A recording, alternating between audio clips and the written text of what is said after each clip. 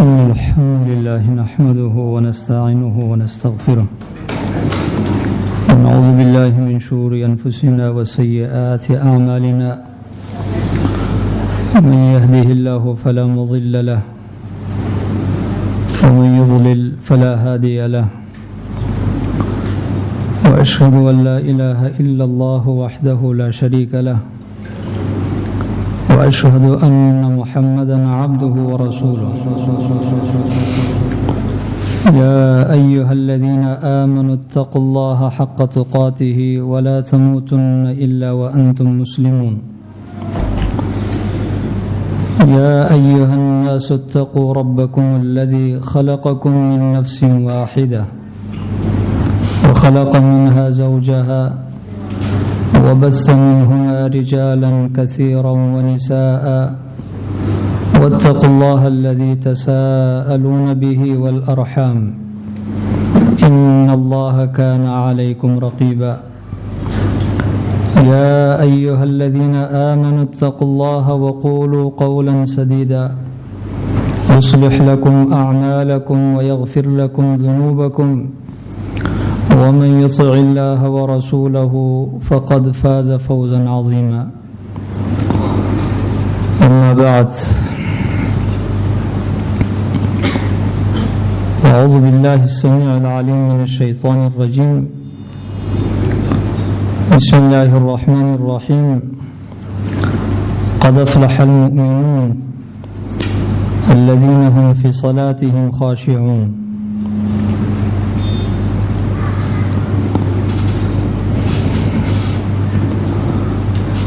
مومن کی دل کی صفات میں سے ایک صفت خشوع ہے. خشوع خا شین واو عین یہ ایمان کی شعبوں میں سے ایک شعبہ ہے. ایمان کی شاخوں میں سے ایک شاخ ہے اور ایمان کی اجزاء میں سے ایک جزء ہے.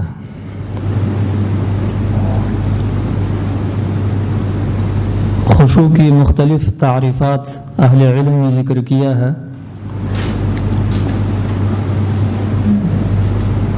ان تمام تعریفات کا جو خلاصہ ہے وہ یہ ہے کہ خشوع دل کی اطمینان اور آرامش کو کہا جاتا ہے. دل کی اطمینان اور آرامش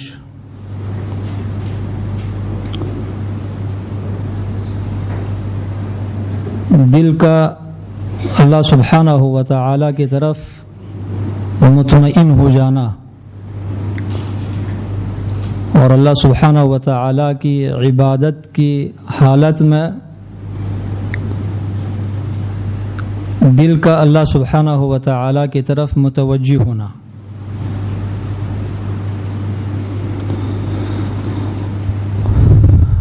پھر خشوع کچھ اہل علم لکھتے ہیں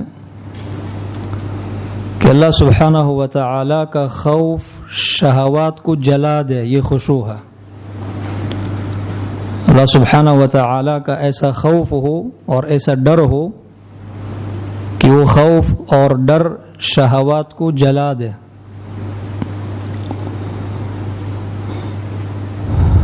پھر خشوع اس کا تعلق صرف نماز سے نہیں ہے بلکہ خشوع یہ مومن کی ہمیشہ کی صفت ہے اور ہر حالت میں ہوتی ہے.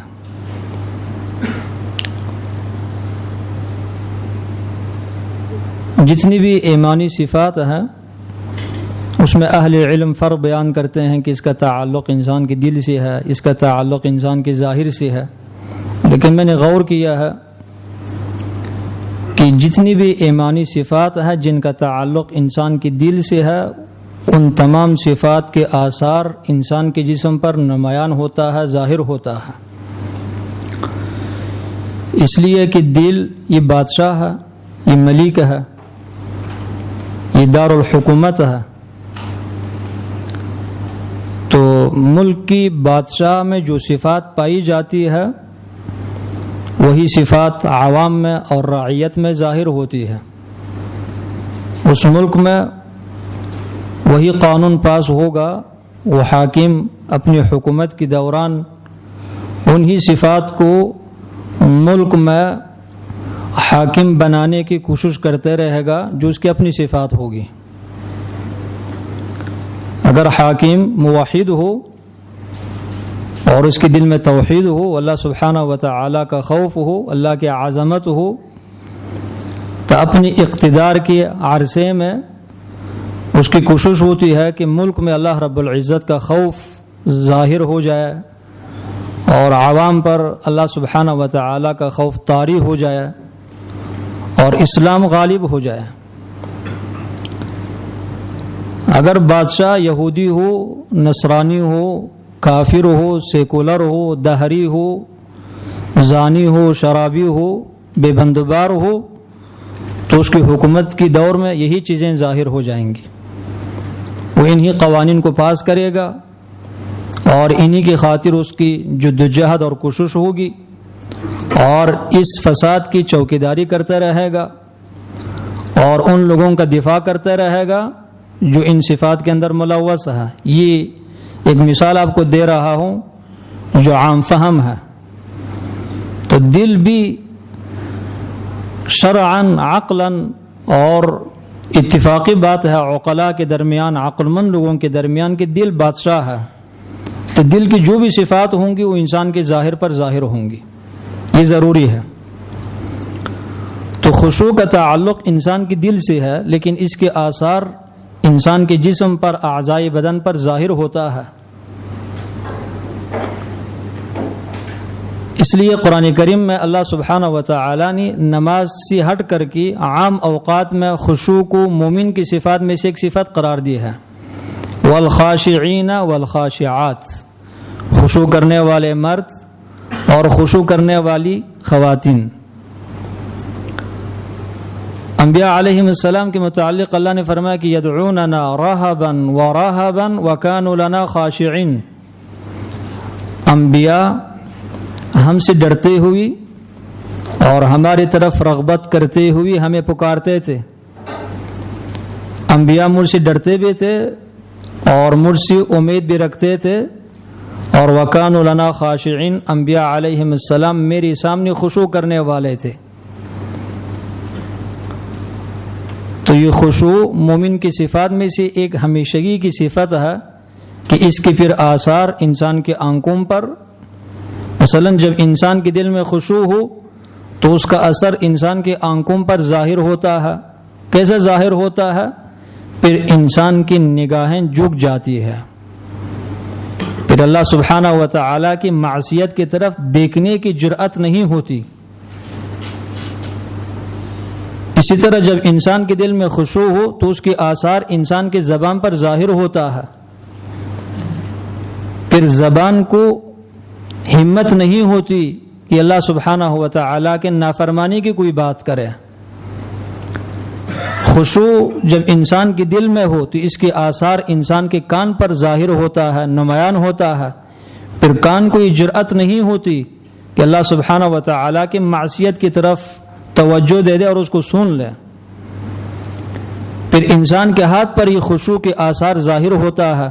پھر ہاتھ کی جرأت نہیں ہوتی کہ یہ اللہ سبحانہ و تعالی کی طرف حرکت کرے، کوئی فضول بات لکھے یا کسی کو ناجائز طور پر مارے. یہ ہمت انسان کے ہاتھوں میں نہیں ہوتی. خشوع جب انسان کے دل میں ہو تو اس کے آثار انسان کی نفس پر نمایاں ہوتا ہے، پھر انسان کے پاؤں پر ظاہر ہوتا ہے، انسان کے پیٹ پر پھر یہ ظاہر ہوتا ہے کہ تمام چیزوں میں پھر اطمینان پیدا ہوتا ہے. کیونکہ نافرمانی عدم اطمینان کی دلیل ہے. جب انسان کے دل میں سکون نہ ہو تو پھر اپنے آپ کو سکون پہنچانے کے لیے کبھی اپنی نگاہوں کو غلط استعمال کرتا ہے اور کبھی اپنے آپ کو سکون پہنچانے کے لیے اپنی زبان کو غلط استعمال کرتا ہے. پھر سکون اور اطمینان کو حاصل کرنے کے لیے اپنے ہاتھ کو غلط استعمال کرتا ہے، اپنی شرمگاہ کو غلط استعمال کرتا ہے، اپنی پیٹ کو غلط استعمال کرتا ہے، اپنے پاؤں کو غلط استعمال کرتا ہے. مقصد کیا ہوتا ہے؟ سکون. لیکن ان چیزوں میں سکون نہیں ہے. میں اس کی مثال ہی دیتا ہوں کہ ان چیزوں میں سکون کو تلاش کرنا یہ ہے کہ آپ جوتا پکڑ لیں اور اس کے ساتھ لکھنا شروع کر دیں. لکھنے کے لیے اللہ نے جوتے کو بنایا نہیں ہے، لکھنے کے لیے قلم ہے، پینسل ہے. یا اسی طرح کوئی بندہ خوشبو سونگھنے کے لیے اپنی آنکھوں میں خوشبو لگایا تو اس انسان کو خوشبو ملتی ہے؟ نہیں، تکلیف ہوتی ہے، آنکھیں نابینا ہو جائیں گی. تو سکون اور راحت کو ان چیزوں میں یعنی اللہ سبحانہ و تعالی کی معصیت میں تلاش کرنا یہ عقل کے خلاف ہے، یہ بے عقلی کی دلیل ہے. پھر یہ خشوع جو کہ نماز میں ہونے چاہیے، جب تک کہ انسان اپنی کل زندگی میں خشوع پیدا نہیں کرتا اور صفت خشوع کو ایک صفت کے طور پر نہیں اپناتا، تب تک اس کے نماز میں خشوع پیدا نہیں ہو سکتا. یہ ہماری لوگوں کی یا اہل علم اور خطیب حضرات کی کم فہمی ہے کہ صرف لوگوں کو اسباب بتلاتے ہیں کہ تم یہ کام کر لو خشوع پیدا ہوگا. ایسا پیدا نہیں ہوگا. خشوع ایک صفت ہے، کمانا پڑتا ہے انسان کو. مادیات کمانے کے بغیر انسان کو نہیں مل سکتی، تو ایمانیات بھی اسی طرح ہے. محنت، مشقت، مزدوری کے بغیر انسان کو نہیں مل سکتی. اللہ کی مزدوری کرنا پڑتا ہے انسان کو، عاجزی کرنا پڑتا ہے، جدوجہد، کوشش، محنت، عرق ریزی، جان نثاری، جان فشانی، تب جا کر کے خشوع اور ایمانی صفات انسان کو ملتی ہے. ہم کبھی غور کرتے ہیں، اپنی اعمال کا جائزہ لیتے ہیں، بہت سارے ایسی صفات ہیں جن کے متعلق مجھے علم ہے، میں اس پر درس دیتا ہوں، جمعہ پڑھاتا ہوں، تفسیر حدیث کی وضاحت میں بتلا دیتا ہوں، لیکن اللہ جانتا ہے کہ میں اس صفت کے ساتھ متصف نہیں ہوں، وہ صفت میرے اندر نہیں پائی جاتی. اس لیے کہ صرف ہم نے اس کو پڑھنے کے حد تک رکھا ہے اور بتلانے کے حد تک رکھا ہے. تو پڑھنے سے، پڑھانے سے، کہنے سے، سننے سے انسان میں صفت پیدا نہیں ہو سکتی. کوئی بھی خوبی انسان میں محض سننے سے یا سنانے سے پیدا نہیں ہو سکتی. اس کے لیے ارادہ، پختہ عزم، قدم اٹھانا، پختہ ارادہ کرنا اور کچھ قربانی دینے کی ضرورت ہوتی ہے. تو یہ خشوع ایک انتہائی مفصل بحث ہے. ابن قیم رحمہ اللہ نے لکھا ہے، اس کا خلاصہ میں بتلا دیتا ہوں. پھر خشوع فی الصلاۃ کی طرف آتے ہیں. خشوع کی 3 درجات ہیں، اس کی 3 منزلیں ہیں، 3 پورشن ہیں. جب تک انسان ان تینوں منازل میں قدم نہیں رکھے گا اور آخری منزل کو نہیں پہنچے گا، تب تک یہ ان لوگوں میں سے نہیں بن سکتا کہ اس کی نماز میں خشوع پیدا ہو جائے. پہلا مرتبہ ہے التذلل للامر والاستسلام للحکم والاتضاع لنظر الحق. یہ 3 باتیں میں نے کی ہے، تینوں ایک ہی بات شمار ہوں گی. عربی میں جامعیت زیادہ اس لیے عربی میں تعبیر کی جاتی ہے. اس کا خلاصہ یہ ہے، التذلل للامر، خشوع کا پہلا درجہ یہ ہے کہ اللہ سبحانہ و تعالی کی امر کو عاجزی کے ساتھ قبول کرنا. اللہ اور اس کے رسول کا جو بھی حکم آتا ہے اس کو عاجزی کے ساتھ، کبر کے ساتھ نہیں، منمانی کے ساتھ نہیں، عاجزی کے ساتھ اس کے سامنے سری تسلیم خم کر دینا، جھک جانا، اپنے آپ کو بھول جانا اللہ کے حکم کے مقابل میں، اپنی شہوات کو بھول جانا، اپنی رشتہ داریوں کو بھول جانا، اپنے ملک وطن کو بھول جانا، اپنی سوسائٹی، رسم رواج، عرف کو بھول جانا، اپنے مشائخ اور اساتذے کو بھول جانا، اپنی تعلیم، اپنی قوانین، پالیسی کو بھول جانا. بس اللہ کا حکم آیا ہے، اب اللہ کے حکم کے مقابل میں دنیا کی کسی چیز کی کوئی بھی حیثیت نہیں ہے. حیثیت اگر ہے تو صرف اللہ رب العزت کی حکم کی ہے. اللہ کے مقابل میں یہ چیزیں تو ویسے فضول ہے، ان کی کوئی اہمیت ہی ہوتی نہیں ہے. ان چیزوں کی اہمیت تب ہوتی ہے جب یہ اللہ کے حکم کے مطابق ہو. دنیا خود کلونا ہے، کھیلنے کی باتیں ہیں دنیا میں. اللہ نے فرمایا انما الحیات الدنیا لعب ولہو، تو کھیل تماشا ہے. اس کے اندر جتنی بھی چیزیں ہیں آپ اس وقت دیکھتے ہیں، کبھی یہ حکام، حکومت اور ان کی سیاستوں کو سیاستوں میں غور کر مجھے ہنسی آتی ہے کہ ایسا انہوں نے سوچا ہوا کہ جیسے کہ ہمیشہ ہمیشہ رہے گا. اس کے اندر لوگ مگن ہیں. اچانک ہی اتاہا امرنا لیلا او نہارا فجعلناہا حصیدا کأن لم تغن بالامس. اللہ کہتے ہیں کہ لوگ اپنے آپ کو بہت کچھ سمجھتے ہیں اور دنیا کو بڑی چیز سمجھتے ہیں. اچانک ہی میرا حکم آتا ہے. حکم سے مراد عذاب ہے. دن کو یا رات کو ایک دن گزرنے کے بعد آپ دیکھیں گے, سوچیں گے کہ کبھی یہاں پہ کوئی تھا کہ نہیں تھا. اتنی دنیا اپنی زرق برق کے ساتھ, اور یہ بات اس میں سوچنے کی زیادہ ضرورت نہیں. سے بڑے بڑے شہر, علاقے, ممالک, دیار سمود جو پہاڑوں کے اندر گھر بناتے تھے, اتنے طاقتور لوگ تھے. اب تو اینٹوں سے بنی ہوئی تعمیرات پر لوگوں کو حیرت ہوتی ہے. پہاڑوں کے اندر قصر بناتے تھے. اللہ کا حکم آیا اب چلے جائیں تو انسان کو سوچنا پڑتا ہے کہ کبھی یہاں پہ کوئی قوم آباد تھی کہ نہیں تھی. اتاہا امرنا لیلا او نہارا, اچانک ہی.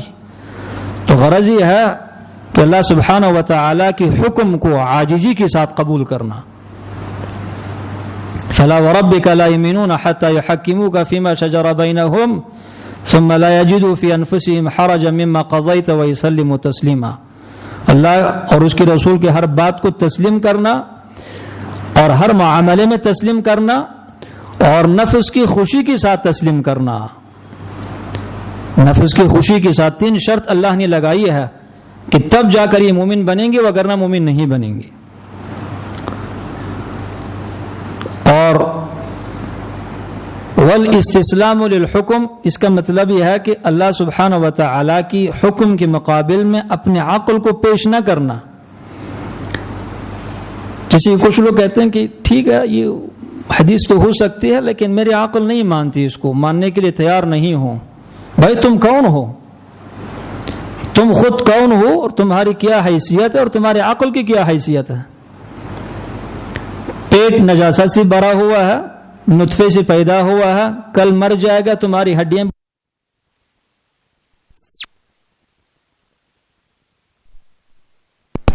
جیسے کہ بہت سارے دہریہ اور یہ سیکولر طبقہ, ان کا یہ اصول ہوتا ہے.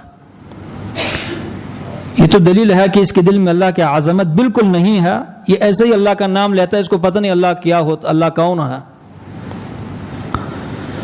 اذا جاء نہر اللہ بطل النہر معقل, جب اللہ کے نہر کا پانی آتا ہے تو پھر باقی نہروں کا پانی خشک ہو جاتا ہے. جب اللہ سبحانہ و تعالی کی نہر بہنا شروع ہو جاتی ہے تو پھر تمہاری عقلوں کی جو نہریں ہیں ویسی خشک ہو جاتی ہیں, ان کی کوئی حیثیت نہیں رہتی. پھر اللہ سبحانہ و تعالی کی حکم کے مقابل میں عقل کو پیش نہ کرنا, عقل کو پیش کرنا گمراہی کا سبب ہے. شیطان کیوں گمراہ ہوا تھا؟ جو کہ ملائکے کے ساتھ رہ کر اللہ کی عبادت کرتا تھا. اس لیے کہ اللہ نے کہا کہ اسجد لآدم, آدم کو سجدہ لگاؤ. اس نے کہا انا خیر منہ, میں تو بہتر ہوں. اس لیے کہ میری جو مادہ پیدائش ہے وہ آگ ہے اور آدم کی جو مادہ پیدائش ہے وہ مٹی ہے, اور آگ کو مٹی پر فضیلت حاصل ہے, فوقیت حاصل ہے, تو میں سجدہ کرنے کے لیے تیار نہیں ہوں. صاف انکار نہیں کیا بلکہ عقل پیش کی اس نے, اور عقل بھی اس کی غلط تھی. آگ مٹی سے بہتر نہیں ہے. 15 وجوہات کی بنیاد پر مٹی آگ سے بہتر ہے. اس کا استدلال غلط تھا, دلیل جو اس نے پیش کی تھی دلیل بنیاد سے غلط تھی. لیکن انسان جب اللہ سبحانہ و تعالی کے خلاف چلنا شروع کر دیتا ہے تو عقل بھی اللہ کی نعمت ہوتی ہے, اللہ اس نعمت کو چھین لیتا ہے. پھر اپنے آپ کو عقل مند تو کہتا ہوگا لیکن عقل مند نہیں ہوتا وہ. اور تیسرا والاتضاع لنظر الحق, نظر حق سے مراد اللہ رب العزت کا نظر, اللہ کی نگاہیں ہیں. اللہ سبحانہ و تعالی کی نگاہوں سے ہمیشہ شرمانا, اس اصطلاح کا مطلب یہ ہے. کیونکہ میرے دل میں اور آپ کے دل میں جو کچھ ہے سب اللہ کے علم میں ہے. میرے دل میں کیا کیا سوچ ہے, مثبت یا منفی, اچھی اور بری, اور آپ کے دلوں میں جو کچھ ہے یہ سب اللہ کے علم میں. اللہ اس وقت اس کو جانتا ہے کہ تمہارے دلوں میں کیا ہے. اتنے لوگ یہاں پہ بیٹھے ہیں, مختلف ان کی افکار ہیں, نظریات ہیں, سوچ ہے, ارادہ ہے، سب کچھ کو اللہ جانتا ہے، جانتا بھی ہے اور پھر قدیر بھی ہے، قدرت بھی رکھتا ہے، عالم بھی ہے، قدیر بھی ہے، جانتا بھی ہے، قدرت بھی رکھتا ہے، تو اس کی قدرت سے ڈرنی چاہیے اور اس کے علم سے حیا کرنی چاہیے۔ یہ خشوع کی پہلی شرط ہے کہ یہ تین صفات انسان میں ہو: اللہ کے حکم کو عاجزی کے ساتھ قبول کرنا، اللہ کے حکم کے مقابل میں کسی چیز کو دلیل پیش نہ کرنا اپنے عقل وغیرہ کو، اور ہمیشہ اللہ کی علم سے حیا کرنا۔ دوسری منزل اور دوسرا درجہ یہ ہے کہ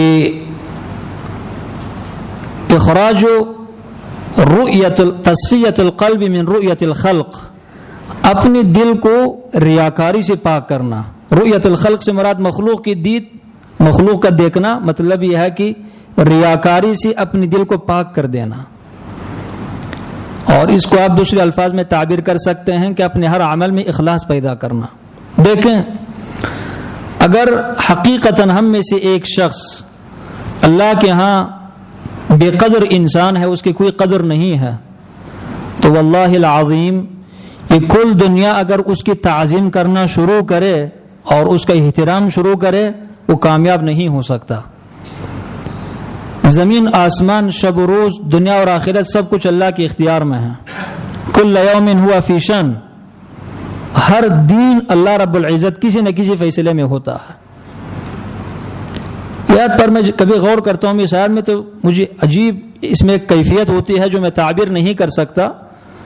کل یوم ہوا فی شأن سنفرغ لکم ایھا الثقلان، اللہ کہتے ہیں کہ یہ انسانیت اور جنیات ایک دن آنے والا ہے کہ میں تمہارے ساتھ دیکھوں گا، تمہارے لیے میں فارغ ہو جاؤں گا۔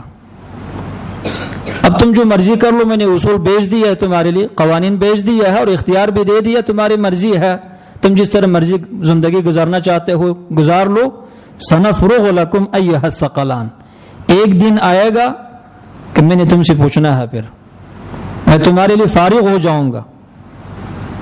اللہ تو ہمیشہ اس کام کے لیے فارغ ہے، لیکن ایک ڈرانا ہے، یہ تمہارے لیے فارغ ہو جاؤں گا اور تمہارا میں حساب اور جائزہ لوں گا کہ کیا کرتے رہے۔ اللہ روزانہ کسی نہ کسی فیصلے میں ہوتا ہے، کسی کو عزت دیتا ہے، کسی کو ذلیل کر دیتا ہے، کسی کو مال دیتا ہے، کسی کو فقیر بناتا ہے، کسی کو جینے کا موقع دیتا ہے، کسی کو مار دیتا ہے، کسی کو حکومت دیتا ہے، کسی سے چھین لیتا ہے، کسی کو علم دیتا ہے، کسی سے علم چھین لیتا ہے۔ ایک بندہ عالم ہوتا ہے، گناہ کر لیتا ہے، اللہ بہت سارا علم اسے چھین لیتے ہیں۔ تو اپنے عمل میں جب مخلوق کے پاس کوئی حیثیت نہیں ہے اور مخلوق کچھ بھی کر نہیں سکتی، وَاعْلَمْ أَنَّ الدُّنْيَا،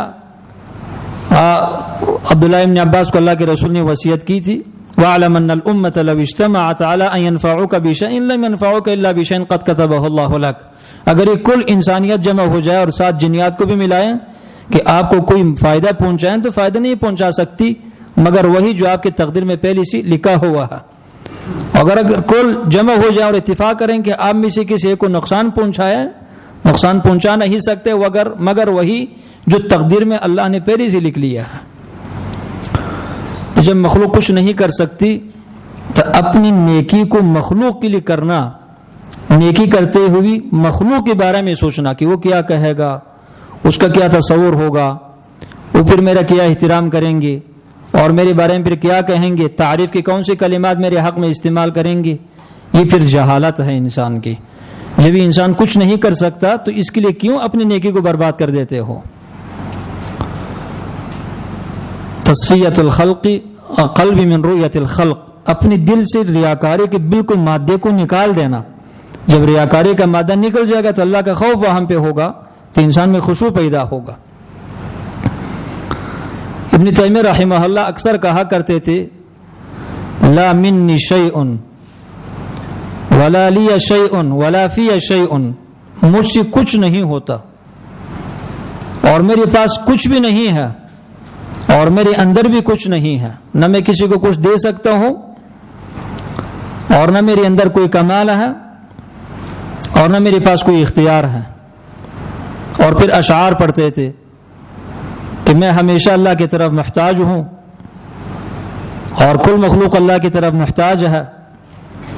فقر انسان کی ذاتی صفت ہے. احتیاجیت، محتاج ہونا، یہ ہر انسان کی ذاتی صفت ہے، جس طرح کہ بے پرواہی اور غنا اللہ سبحانہ و تعالی کی ذاتی صفت ہے.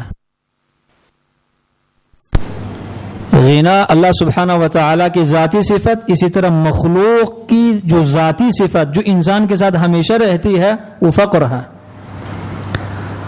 اور کل مخلوق کی حالت یہی ہے. تو جب کل مخلوق خود حاجت مند ہے اور حاجت اس کی ذاتی صفت، ذاتی کا مطلب یہ کہ ہمیشہ اس کے ساتھ رہنے والی صفت، تو پھر محتاج سے ہم کیوں مانگے اور محتاج کی طرف کیوں ہم توجہ دے دیں اور اس کی خاطر اب نیکی کو برباد کیوں کریں؟ یہ اخلاص کا، خشوع کا دوسرا درجہ ہے کہ انسان میں اخلاص پیدا ہو. اور تیسرا درجہ خشوع کا وہ ہے اپنے اوپر اللہ سبحانہ و تعالی کی انعامات کو تسلیم کرنا. اپنے اوپر اللہ سبحانہ و تعالی کی انعام اور احسان کو تسلیم کرنا اور مخلوق کی جو احسان ہے اس کو بھی تسلیم کرنا. اپنے اوپر اللہ سبحانہ و تعالی کی انعامات کو تسلیم کرنے کا مطلب یہ ہے کہ جو کچھ ہم کرتے ہیں اللہ سبحانہ و تعالی کے توفیق سے ہی کرتے ہیں. اللہ کے توفیق کے بغیر کچھ نہیں کر سکتے. لیکن جب ہم کوئی عمل کرتے ہیں تو اس میں ہمیں اللہ کی طرف 3 طرح کی حاجت ہے. 3 چیزوں میں عمل کرتے ہوئے ہم اللہ کی طرف محتاج ہیں. نیکی کرنے سے پہلی، نیکی کی توفیق میں ہر انسان اللہ کی طرف محتاج ہے. اللہ کی توفیق ہوگی تو نیکی ہوگی، اللہ کی توفیق نہیں ہوگی تو نیکی بھی نہیں ہو پائے گی. اور جب توفیق ملے گی اور ہم عمل شروع کرتے ہیں، اس عمل کو شروع کرنے کے بعد اس کی تکمیل میں ہم اللہ کی طرف محتاج ہیں کہ اللہ اگر توفیق دے دیں گے تو عمل مکمل ہوگا، نہیں دیں گے تو ادھورا رہ جائے گا. اس نیکی کی تکمیل میں بھی ہم اللہ کی طرف محتاج ہیں. اور نیکی کرنے کے بعد پھر اس نیکی کی قبولیت میں ہم اللہ کی طرف محتاج ہیں کہ اللہ اگر چاہیں تو قبول فرمائیں گے، اگر نہ چاہیں تو قبول نہیں کریں گے. نیکی کی قبولیت میں بھی ہم اللہ سبحانہ و تعالی کی طرف محتاج ہیں. یہ آپ کو مشکل بات لگ رہی ہے، یہ آسان جو ذکر آپ پڑھتے ہیں، لا حول ولا قوت الا باللہ، یہ تینوں باتیں اس کلمے کے اندر ہیں. اس کلمے کا مطلب یہی ہے کہ اللہ کے توفیق کے بغیر نیکی نہیں ہو سکتی، اللہ کے توفیق کے بغیر نیکی کامل نہیں ہو سکتی، اللہ رب العزت کی ارادے کے بغیر، اللہ کی رضا کے بغیر نیکی قبول نہیں ہو سکتی. اس لیے کنز من کنوز العرش، اللہ سبحانہ و تعالی کے عرش کے نیچے جو خزائن ہیں ان میں سے ایک خزانہ ہے لا حول ولا قوت الا باللہ. اور مخلوق کی احسان کو ماننا مطلب یہ کہ جس نے بھی آپ کے اوپر احسان کیا ہے اس کی احسان کو ماننا. کچھ لوگوں کا نظریہ اور لوگوں کا مزاج یہ ہے کہ باقی مسلمان جو ان کے ساتھ کرتے ہیں اس کو یہ احسان نہیں مانتا، کہتا ہے کہ یہ میرا اس کے اوپر حق تھا جو اس نے کیا ہے. اور یہ خود جب دوسروں کے ساتھ کچھ کرتا ہے تو اس کو احسان سمجھ لیتا ہے، یہ نہیں کہتا کہ یہ بھی اس کا حق تھا جو میں نے کر دیا ہے. یہ بات بھی کہنے میں بہت آسان بات ہے، لیکن اس کے مطابق اپنا نظریہ بنانا مشکل ہے، تھوڑی سی محنت چاہیے اس کے لیے. لیکن انصاف کا تقاضا یہ نہیں ہے، ایمان کا تقاضا یہ نہیں ہے. ایمان کا تقاضا یہ ہے کہ جو دوسرے آپ کے ساتھ کرتے ہیں نیکی، اس کو آپ احسان سمجھ لیں، اپنا حق نہ سمجھ لیں دوسروں کے اوپر. کچھ کہتا ہے میں تو عالم ہوں تو میرا حق بنتا ہے کہ لوگ میری خدمت کریں. اگر تم عالم ہو اور تمہارا حق بنتا ہے کہ لوگ تمہاری خدمت کریں، پھر تو عالم وہ ہوتا ہے جس میں نبی کی صفت ہے، نبی عالم انبیاء کی جانشین ہے. تو پھر جس طرح نبی صلی اللہ علیہ وسلم اپنی امت کے ساتھ خیرخواہ تھے اور امت کو اپنے اوپر ترجیح دیتے تھے اور امت کی خاطر اپنی تمام شہوات اور لذائذ کو بھول جاتے تھے اور امت کی خاطر شب و روز فکر مند تھے، دعا مانگتے تھے، امت سو جاتی تھی اور اللہ کے رسول کھڑے ہو جاتے تھے. تو پھر اس طرح کی صفت بھی تمہارے اندر ہونی چاہیے. صفت کچھ نہیں ہے، دروس اور خطبات سب حنجرے سے اوپر ہے، زبان کے حد تک ہے، دل میں کوئی بات نہیں. عالم جب منبر پر چڑھتا ہے یا درس دینے کے لیے آتا ہے تو عوام یہ سمجھتی ہے کہ بس ہے نہیں اللہ کا ولی، بس یہی ہے. اس حال میں کہ اس کی باتیں صرف اس کی زبان کے حد تک ہے، دل میں کچھ نہیں ہے. تنہائی میں اس کے عمل کو جا کر دیکھیں تو دل ہی برا ہو جائے انسان کا. یہ اس کی صفت ہے، اس کا نظریہ ہے کہ لوگ جو بھی خدمت کریں یہ اس کا حق ہے عوام کے اوپر، اور اس نے اگر کسی کے ساتھ کچھ کیا تو اس نے لوگوں کے اوپر احسان کیا ہے. یہ غلط بات.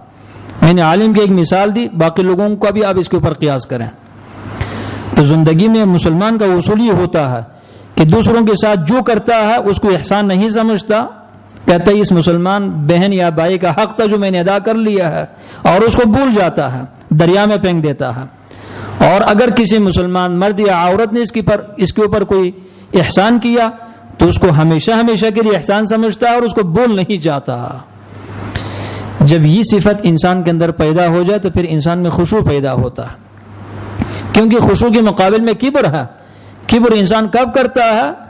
جب انسان اپنے آپ کو کچھ سمجھ لیتا ہے اور دوسروں کا اپنے آپ سے کمتر سمجھتا ہے کہ کچھ بھی نہیں ہے، میں ہی تو میں ہوں، سب کچھ میں ہی ہوں، ہر کمال میرے اندر ہے، ہر میدان میں بس میں ہی ثابت جو ہے نا وہ نمبر 1 ہوں. تو انسان جب اپنے آپ کو عاجز سمجھتا ہے، کہتا ہے کہ لوگوں کا میرے اوپر احسان ہے، تو پھر کسی کو حقیر نہیں جانتا.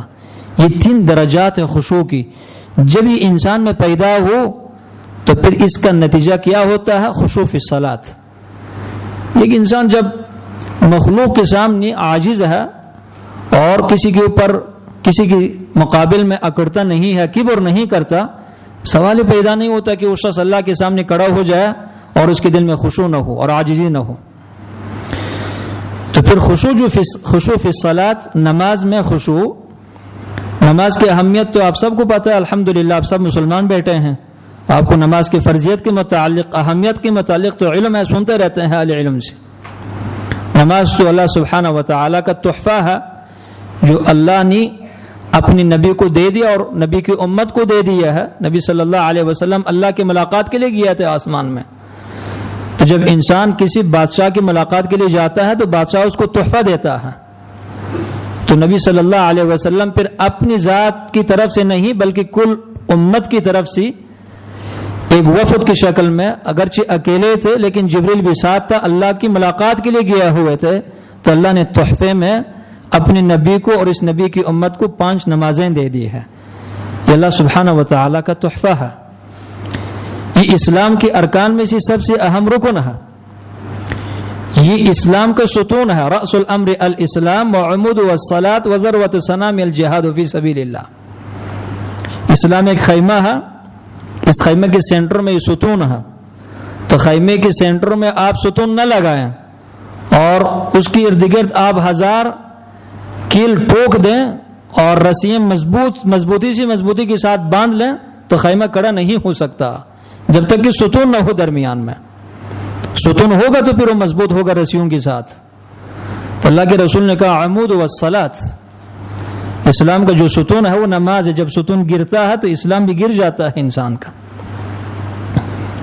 عمر ابن خطاب لکھتے تھے اپنے گورنروں کے نام، اس دور کے حکام کو بھی اسلام کا نام لیتے ہوئے تھوڑا سا سوچنے چاہیے کہ مسلمان حاکم، عمر بھی ایک مسلمان حاکم تھا. عوام کے نام کیا لکھتا تھا؟ اعلموا ان اہم امورکم عندی الصلاۃ. سمجھ لو، یہ بات اعلان کر لو عوام میں میری طرف سے، عمر کی طرف سے، کہ کل عوام کے اعمال میں سے میرے نزدیک سب سے جو اہم عمل ہے وہ نماز ہے. فمن حفظها فقد حفظ دینہ، جس نے اپنی نماز کی حفاظت کی اس نے اپنے کل دن کی حفاظت کی ہے. ومن ضیعها فهو لما سواها اضیع، جس نے نماز کو برباد کر دی اس نے اپنی کل معاملات کو برباد کر دیا ہے، باقی معاملات کو بالاولا ہی برباد کر دے گا. تو عمر ابن خطاب کے ہاں کسی پر اعتماد کرنے کا جو معیار تھا وہ نماز تھی. کسی کی نماز کو دیکھتے تھے، اگر وہ نماز کا بہت زیادہ اہتمام کرنے والا ہوتا، خشوع کے ساتھ، توجہ کے ساتھ، عاجزی کے ساتھ نماز پڑھنے والا ہوتا، کہتے تھے کہ اس پر اعتماد کرنا درست تھا۔ لیکن اگر اس کی نماز ٹھیک نہ ہوتی اور کل دنیا شہادت دیتی کہ یہ امین انسان ہے تو عمر اس پر اعتماد نہیں کرتے تھے۔ یہ عمر کی انتہائی فراست ہے، کیونکہ نماز بھی ایک امانت ہے اور سب سے بڑی امانت ہے۔ جو اللہ کی امانت میں خیانت کرتا ہو، کیا وہ مخلوق کی امانت میں خیانت نہیں کرے گا؟ مخلوق کی تو حیثیت ہی نہیں ہے۔ جب وہ اللہ سے نہیں ڈرتا، اللہ سبحانہ و تعالی کی امانت میں خیانت کرنے کی جرأت کرتا ہے، تو کیا مخلوق کے معاملات میں وہ خیانت نہیں کرتا؟ تو وہ حاکم جو نماز نہیں پڑھتا، نماز کی اس کے ہاں کوئی اہمیت ہی نہیں ہے۔ جو اللہ کے حقوق کے بارے میں خائن ہے، عوام کے متعلق کوئی خیانت نہیں کرے گا، وہ سب سے بڑا خائن ہے۔ اور ہمارے عوام خائن کو ووٹ دیتی ہے، اپنی ووٹوں کے ذریعے سے خائن کو اپنے اوپر مسلط کر دیتے ہیں، پھر اسی مطالبہ ہوتا ہے کہ یہ عدالت قائم کریں۔ کیا عدالت قائم کریں گی؟ وہ اللہ کی عدالت کو اپنے 1.5 میٹر جسم کے اوپر نافذ نہیں کر سکتا، اس نے تمہارے اوپر عدالت قائم کرنی ہے۔ تو عمر سی ہمیں بھی یہ فراست سیکھنی چاہیے۔ تمہاری بیوی، تمہاری بیٹی، تمہارا بیٹا، تمہاری امی، والدین، رشتہ دار، اقارب، استاد، شاگرد، کوئی بھی ہے، مزدور، چاکر، نوکر، خادم، خادمہ، اگر نماز کے پابند ہے اس پر اعتماد کرنا درست ہے۔ اگر صحیح نماز پڑھتا ہو، دو طرح کی نماز ہے، ایک شرعی نماز، ایک عرفی نماز۔ عرفی نماز کیا ہے کنویں کی طرح ٹونکے مارنا، سانپ کی طرح اپنے آپ کو سمیٹ لینا، یہ عرفی نماز، یہ نماز ورزش ہے۔ لم تزدده من اللہ الا بعدا، جتنی نماز پڑھتے جائے گا اللہ سے اتنا ہی دور ہوتے جائے گا۔ اللہ کی کل عبادت میں یہ اصول ہے، یہ دین کا مغز ہے۔ شاید یہ بات آپ کو سننے میں نہ مل جائے کبھی کہ اللہ کے ہر عبادت کا 2 پہلو ہے۔ اگر عبادت شریعت کے مطابق ہوگی تو وہ عبادت انسان میں خیر پیدا کرے گی، انسان میں بہتری پیدا ہوتی جائے گی۔ لیکن اگر عبادت شریعت کے مطابق نہ ہو اور نہ کی جائے، الٹا انسان بدماش بنتا ہے، دن بدن اس میں خرابی پیدا ہوتی جاتی ہے۔ اس کی سب سے بڑی مثال آپ حج دیکھیں۔ کچھ لوگ حج کرنے سے پہلے بہتر ہوتے ہیں، حج کر کے آتے ہیں تو اژدہا بنتے ہیں، پھر لمبے لمبے تسبیح پکڑ لیتے ہیں، اس کے دانے شمار کرتے جاتے ہیں۔ مطلب یہ کہ میرا جو مال ہے وہ بھی میرا ہے، دوسروں کا مال بھی میرا ہے، اس میں یہ گنتے رہتے ہیں۔ اور کچھ لوگ آتے ہیں تو ان کی زندگیاں بدل جاتی ہیں۔ تو ہر عبادت میں یہی اصول ہے۔ تو نماز اگر شریعت کے مطابق ہو، دن بدن انسان میں خیر پیدا ہوتی جاتی ہے۔ اگر شریعت کے مطابق نہ ہو تو انسان میں کوئی خیر نہیں ہوتی۔ کچھ لوگ کہتے ہیں جن ساتھیوں کی داڑھی نہیں ہے، اگر ان کو بری بھی لگے تو مجھے پرواہ نہیں، اس لیے کہ غلطی ہے، داڑھی رکھنی چاہیے ان کو۔ تو جو لوگ داڑھی نہیں رکھتے کبھی کہتے ہیں یہ مولوی کیا کرتے ہیں، داڑھی رکھ کر کے کام کر رہا ہے، شرم نہیں آتی اس کو۔ میں ان ساتھیوں کو کہوں گا کہ ایسا نہ کہا کریں، یہ بات نہ کریں کہ داڑھی رکھ کر اس کو شرم نہیں آتی۔ آپ یہ کہا کریں کہ نماز پڑھ کر اس کو شرم نہیں آتی کہ گناہ کرتا ہے، کیونکہ داڑھی کے متعلق اللہ نے نہیں کہا کہ انسان کو گناہوں سے روکتی ہے۔ یہ ایک مسلمان کی صفت ہے، انبیاء کی سنت ہے، مسلمان کو رکھنی چاہیے، حکم اس کا فرض ہے، اور اللہ کے رسول کا چونکہ طریقہ اس لیے اس کو سنت کہا جاتا ہے، حکم اس کا فرض ہے۔ باقی نماز داڑھی انسان کو گناہوں سے نہیں روکتی۔ ان الصلاۃ تنہی عن الفحشاء والمنکر، نماز انسان کو گناہوں سے روکتی ہے۔ تو ایک نماز پڑھنے والا شخص جب گناہ کرتا ہے تمہارے سامنے، آپ یہ کہہ سکتے ہیں کہ تمہیں شرم نہیں آتی کہ نماز پڑھ کر ایسا کام کرتے ہو؟ تو یہ اصلاح الاصطلاحات ہے، اصطلاحات کو سیکھ لیں۔ داڑھی کا تان دینا درست نہیں ہے، غلط ہے۔ اس کو آپ کہیں کہ تم نماز پڑھتے ہوئے کیوں شرم نہیں آتی تمہیں، گناہ کرتے ہو، اس لیے کہ نماز کے متعلق قرآن نے کہا کہ نماز انسان کو گناہوں سے روکتی ہے۔ تو نماز اگر شریعت کے مطابق ہو تو پھر اس نماز کی علامت یہ ہے کہ اس سے پہلے کہ بدن، انسان کا جسم اللہ کے سامنے گر پڑے، اس سے پہلے اللہ اکبر کہتے ہوئے انسان کا دل اللہ کے سامنے گر پڑتا ہے۔ جیسے آپ نے اللہ اکبر کہہ دیا کہ اللہ سب سے بڑا ہے، تو اللہ کی کبریائی کے سامنے یہ دل جھک جاتا ہے فوراً، وہ دل جھک جائے تو پھر بدن کے جھکنے کا فائدہ ہوتا ہے. دل نہ جھک جائے، دارالحکومت میں خیر نہ ہو، صدر میں خیر نہ ہو تو کیا خیر عام ہو سکتی ہے ملک میں؟ حکومت کے اوپر، اقتدار کے اوپر غافل لوگ بیٹھے ہوئے ہوں، عوام کی نیکی سے ملک میں کچھ نہیں ہوتا. ان میں اگر خیر ہوگی تو پھر خیر پھیل جائے گی. تو یہ خشوع فی الصلاۃ جو شرعی نماز ہے وہی ہے کہ بدن کے جھکنے سے پہلے بدن کھڑا ہے، قیام میں ہے، اب سورہ فاتحہ پڑھ رہے ہیں لیکن قلب پہلے سے جھکا ہوا اللہ کے سامنے سجدے میں گر پڑا ہوا ہے. وہ سلام تک اپنا سر نہیں اٹھاتا سجدے سے. یہ وہ نماز ہے کہ جس کے پڑھنے سے انسان کو لذت ملتی ہے اور جس سے انسان کو سکون ملتا ہے. انسان کو پتہ چل جاتا ہے کہ واقعاً حقیقتاً اللہ کی عبادت میں مٹھاس ہے، لذت ہے، حلاوت ہے. اور پھر نماز پڑھنے سے کوے کی طرح ٹھونکے مارنے سے انسان کو نہیں پتہ لگتا کہ نماز میں کیا لذت ہے، کیا حلاوت ہے. اللہ کے رسول جو کہا کرتے تھے، ایک تابعی کہتا ہے کہ سسرال والوں کو ملنے کے لیے گیا ہوں، صحابی رسول تھے اپنے ابو کے ساتھ. تو سسر نے اپنی بیٹی سے کہا کہ پانی لے کر آؤ، وضو کر لوں تاکہ نماز پڑھ کر کے اپنے آپ کو راحت پہنچاؤں. یہ نوجوان کہتا ہے کہ جب سسر نے یہ بات کی تو مجھے عجیب سی بات لگی کہ کون سی بات کر رہے ہیں. تو میں نے کہا کہ کون سی بات ہے؟ نماز پڑھنے سے انسان کو راحت ملتی ہے. کہنے لگا بیٹا یہ بات میں نے اللہ کے رسول سے سنی ہوئی ہے.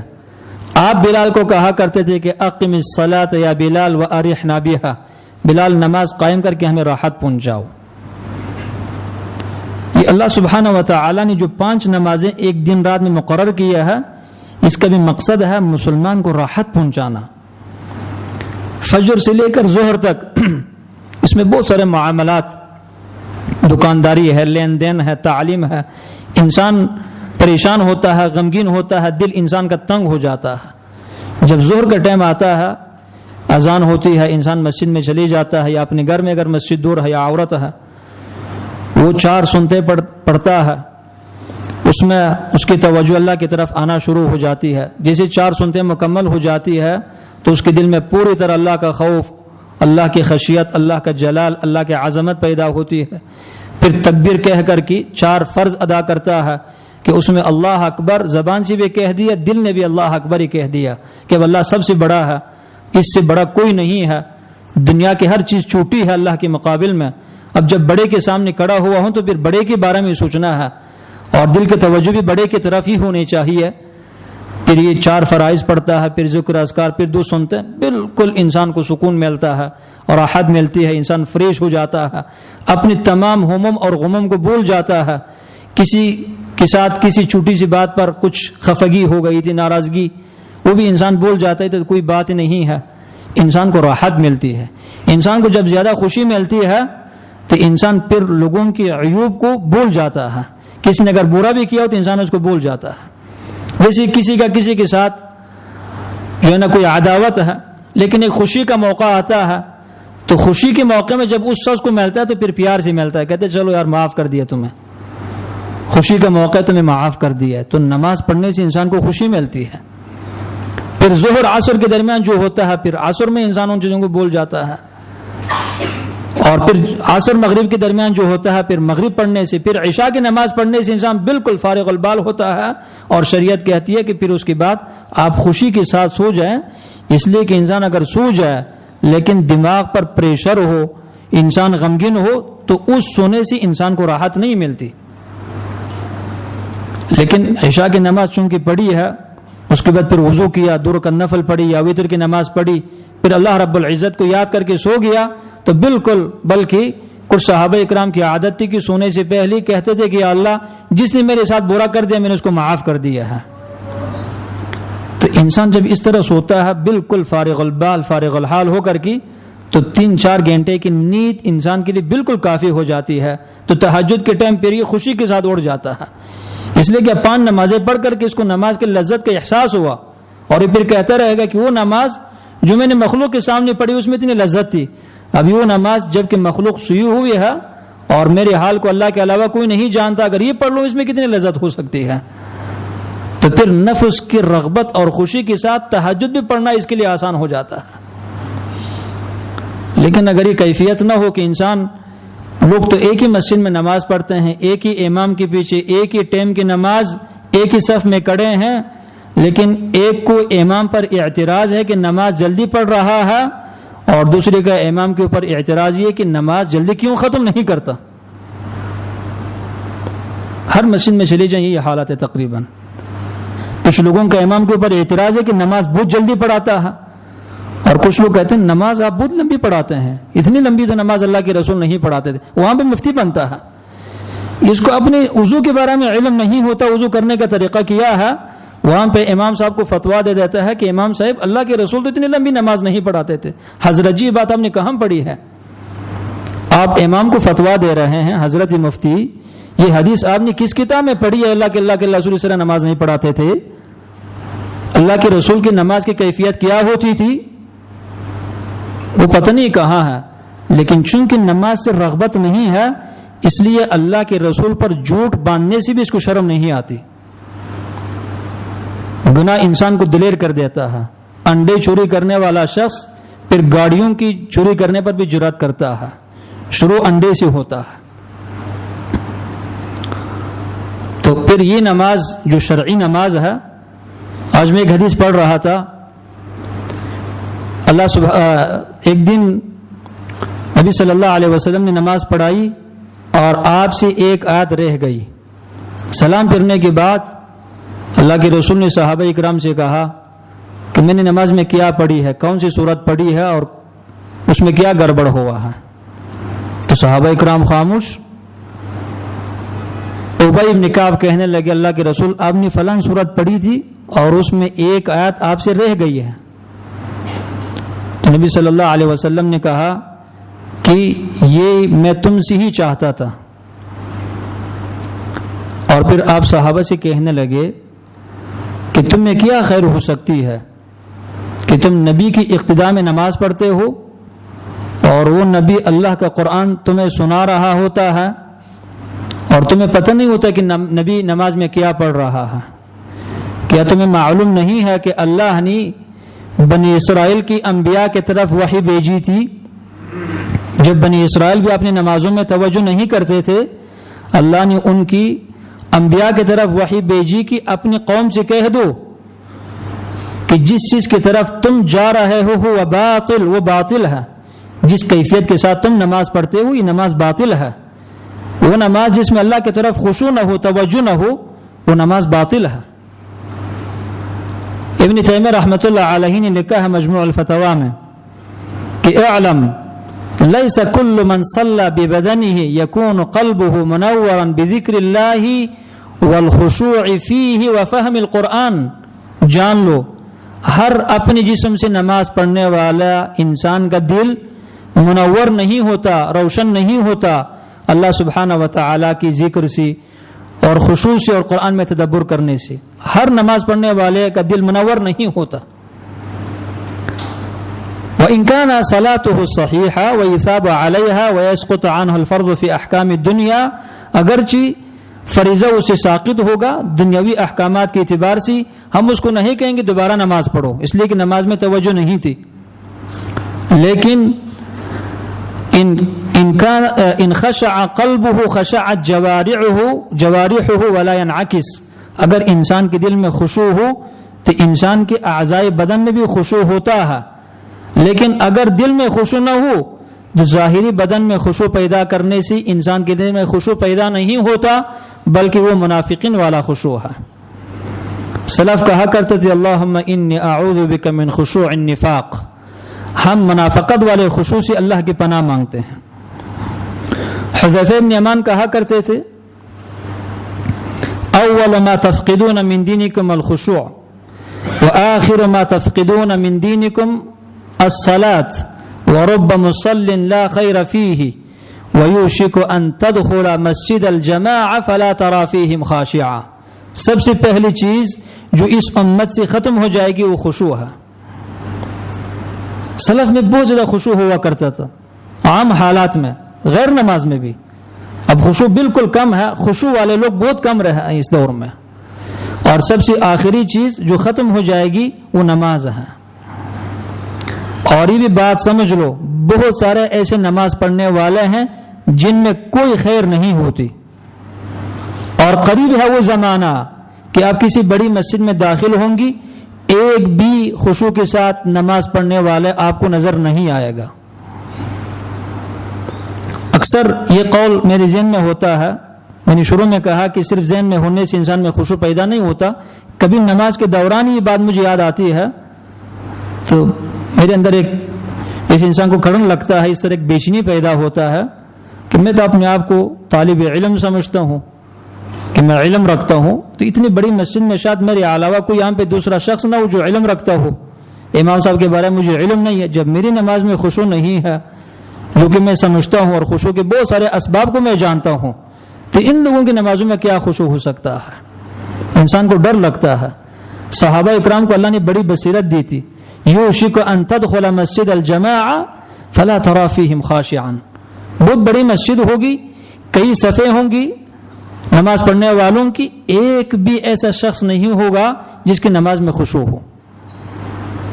اس لیے یہ خشوع داڑھی رکھنے سے اور کسی اسلامی جماعت سے تمسک اور وابستگی سے یا کسی عالم کے پاس پڑھنے سے انسان میں پیدا نہیں ہوتا۔ بہت سارے ایسی داڑھی والے جماعتوں سے منسلک آپ کو بد اخلاق لوگ ملیں گے، نمازوں کا کوئی پرواہ نہیں، پہلے درجے کے بد اخلاق، بدماش، متکبر، اس لیے کہ نمازوں میں خشوع نہیں ہے۔ تو صرف مدرسے کے اندر رہنے سے، مسجد کے اندر رہنے سے، مسجد کا مؤذن بننے سے یا لمبی داڑھی رکھنے سے انسان میں خشوع پیدا نہیں ہو سکتا۔ خشوع کے اپنے اسباب ہیں، خشوع کا تعلق کل زندگی سے ہے۔ نبی صلی اللہ علیہ وسلم نے بھی کہا اول ما يرفع من امتی الخشوع، سب سے پہلی چیز اور سب سے پہلا علم جو میری امت سے اٹھایا جائے گا وہ خشوع ہے۔ تو نماز کا جو مقصد ہے، نماز میں نے ایک دن اور بھی کہا تھا کہ نماز جو اللہ نے فرض کیا ہے، نماز صرف نماز کے حد تک مقصود نہیں ہے۔ نماز جو کہ فرض ہے، اس بات کو سمجھنے کی کوشش کریں کہ نماز کی فرضیت کا مقصد صرف یہ نہیں ہے، تفصیل کے ساتھ بتلاؤں کہ آپ ہاتھ باندھ لیں، کبھی جھک جائیں، کبھی سجدہ کریں، کبھی بیٹھ جائیں، یہ اس حد تک مقصد نہیں ہے۔ فرضیت کا مقصد یہ نہیں ہے۔ فرضیت کا مقصد کیا ہے؟ اقیم الصلاۃ لذکری، نماز کی فرضیت کا مقصد ہے اس 15 منٹ 20 منٹ میں صرف اللہ کو یاد کرنا، زبان سے اور دل کے ساتھ صرف اللہ کو یاد کرنا، یہ نماز کی فرضیت کا مقصد ہے۔ صرف جھکنا، ورزش اگر مقصد ہو تو کبھی بھی یہ ورزش تو عام لوگوں کے اوپر باری تو نہیں ہوتا، عام لوگ، عورت بھی ورزش کر سکتی ہے، بچے بھی کر سکتے ہیں۔ تو نماز کا مقصد ہے اقیم الصلاۃ لذکری، نماز کو قائم کرو مجھے یاد کرنے کے لیے۔ تو وہ نماز، اور یہ اتفاقی بات ہے کہ وہ یاد اگر دل میں یاد نہ ہو تو زبانیات سے کچھ فائدہ نہیں ہوتا۔ جیسے ہمارے ساتھ جب کسی کی دوستی ہو تو دوستی میں ہمارے پاس معیار کیا ہے، دوستی میں معیار یہ ہے کہ ہماری محبت اس کے دل میں ہو، دل سے ہماری ساتھ دوستی ہو اس کی۔ جو زبان کے حد تک جب میلے تو زبان سے چاپلوسی کرم کہتے ہیں، تو چاپلوس انسان ہے، دوستی نہیں اس کی ہمارے ساتھ کوئی۔ تو اللہ کے ساتھ جو دوستی ہے اس کا میں بھی یہی معیار بنایا نا کہ دوستی وہ ہے جس میں دل کا اللہ کے ساتھ تعلق ہو، دل کا تعلق ہی نہیں، والعیاذ باللہ نماز میں انسان کھڑا ہو اور وہ گناہوں کے بارے میں سوچ رہا ہو، دھوکے کے بارے میں، جھوٹ کے بارے میں، رشتہ داروں کے ساتھ قطع تعلق کے بارے میں، زنا کے بارے میں، شراب کے بارے میں، سود کے بارے میں۔ 15 منٹ کی نماز میں ہم کئی ممالک کا سفر بھی کرتے ہیں اکثر۔ 15 منٹ بھی میں بہت بڑی بات کر رہا ہوں، لمبی بات ہے۔ 5 منٹ 4 رکعت کی نماز، عام لوگ 4 رکعت نماز کو کتنے ٹائم دیتے ہیں؟ 4 منٹ یا 3 منٹ۔ تو 4 منٹ میں یہ دبئی کا بھی سفر کرتے ہیں، امریکہ بھی چلے جاتے ہیں، سعودی عرب بھی چلے جاتے ہیں، کل ممالک کو پھر کر کے پھر اپنے گھر آتے ہیں۔ اچانک یہ امام صاحب السلام علیکم کہتے ہیں، اس کو ہوش آتی ہے کہ میں تو نماز پڑھ رہا تھا، میں تو مسجد میں بیٹھا ہوا ہوں، نشے میں تھا بیچارہ۔ اور قرآن کیا کہتا ہے؟ لا تقربوا الصلاۃ وانتم سکارى، جب تم نشے کے حالت میں ہو تو نماز نہیں پڑھنا۔ نشے کی حالت میں نماز پڑھنے سے قرآن نے کیوں روکا ہے؟ وگرنہ نشے بھی نماز پڑھ سکتا ہے، امام کی اقتداء میں اس کو بھی اتنی سمجھ آتی ہے کہ امام نے اللہ اکبر کہہ دیا، یا اگر اس کی بھی سمجھ نہیں آتی قوی شراب پی ہے اس نے، چلو اس کی نگاہیں تو ہے، آنکھیں تو ہے، دیکھتا ہے کہ لوگ جھک چکے ہیں، سجدے میں چلے گئے ہیں، لیکن نشے کی حالت میں قرآن نے نماز پڑھنے پر پابندی لگائی ہے. کیوں؟ اس لیے کہ نشے کی حالت میں انسان اللہ کو یاد نہیں کر سکتا، دل کی توجہ اللہ کی طرف نہیں ہوتی. تو کچھ لوگ شراب کے نشے میں ہوتے ہیں، کچھ لوگ دنیا کی محبت کے نشے میں ہوتے ہیں. تعیس عبد الدینار و عبد الدرہم، اللہ کے رسول نے کہا ایسے لوگ برباد ہو جائیں جو پیسوں کی پجاری ہیں کہ نماز میں بھی دنیا کا نشہ ختم نہیں ہوتا. بدن اللہ کے سامنے کڑا ہے اور دل کی توجہ اور پروازیں جو ہے نا شام اور عراق میں ہیں.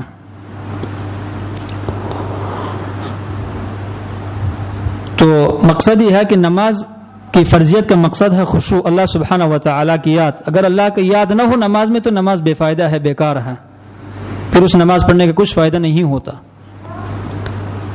اللہ کے رسول نے کہا کہ الصلاۃ خیر موضوع، نماز سب سے بہترین چیز ہے. نماز اللہ کے رسول کہہ رہے ہیں کہ سب سے بہترین چیز ہے. ابو ہریرہ کی روایت ہے مسند احمد میں، ما عمل ابن آدم عملا افضل من الصلاۃ، ابن آدم کا بیٹا، آدم کی اولاد کوئی ایسی نیکی نہیں کر سکتی جو نماز سے بہتر ہو. نماز سے بہتر کوئی عمل نہیں ہے. اور دوسرے نمبر پر اصلاح ذات البین، دو مسلمانوں کے درمیان اتفاق لانا. اور تیسرا عمل خلق حسن، اچھے اخلاق، یہ سب سے بہترین عمل ہے. عبداللہ بن مسعود کہتے ہیں اللہ کے رسول سے پوچھا سب سے بہترین عمل کیا؟ آپ نے فرمایا الصلاۃ لوقتہا، ٹائم پر نماز پڑھنا سب سے بہترین عمل ہے. تو یہ نماز سب سے بہترین عمل تب ہے جب اس میں خشوع ہو. اب خشوع کیسے پیدا ہوگا نماز میں؟ اس کے بہت سارے اسباب ہیں. اسباب بتلانے کا مطلب یہ ہے کہ ایک مقصد کے بارے میں آپ کو علم ہوا، اب اس مقصد تک کیسے پہنچنا ہے. مقصد چاہے دینی ہو یا دنیاوی، اسباب کو اختیار کرنے کے بغیر، صحیح راستے کو تلاش کرنے کے بغیر انسان اس مقصد تک نہیں پہنچ سکتا. تبھی خشوع کیسے پیدا ہو سکتا ہے؟ اس کے بہت سارے اسباب ہے شریعت میں. پہلا سبب ہے استحضار عظمت الرب، نماز پڑھنے سے پہلے اللہ کے عظمت کو دل میں لانا. ایک مرتبہ تو کم از کم سوچیں، ایک منٹ کے لیے تو سوچیں کہ میں کس کے سامنے کھڑے ہونے لگا ہوں، یہ حکم کس کا ہے، اور اس حکم کی بجاوری میں وہ مجھ سے کیا چاہتا ہے. ایک منٹ 2 منٹ کم از کم غور کریں اور پھر نماز پڑھنا شروع کریں. اور یہ جو نوافل ہے نا، ہر نماز سے پہلے نوافل ہے، کچھ سنت مؤکدہ ہے، کچھ عام نوافل ہے. اس کا مقصد بھی یہی ہے، اس کا مقصد بھی یہی ہے کہ ان کو پڑھتے ہوئے اصل توجہ اللہ کی طرف پیدا ہو جائے، تاکہ فرض پڑھتے ہوئے انسان کی کل توجہ اللہ کی طرف ہو.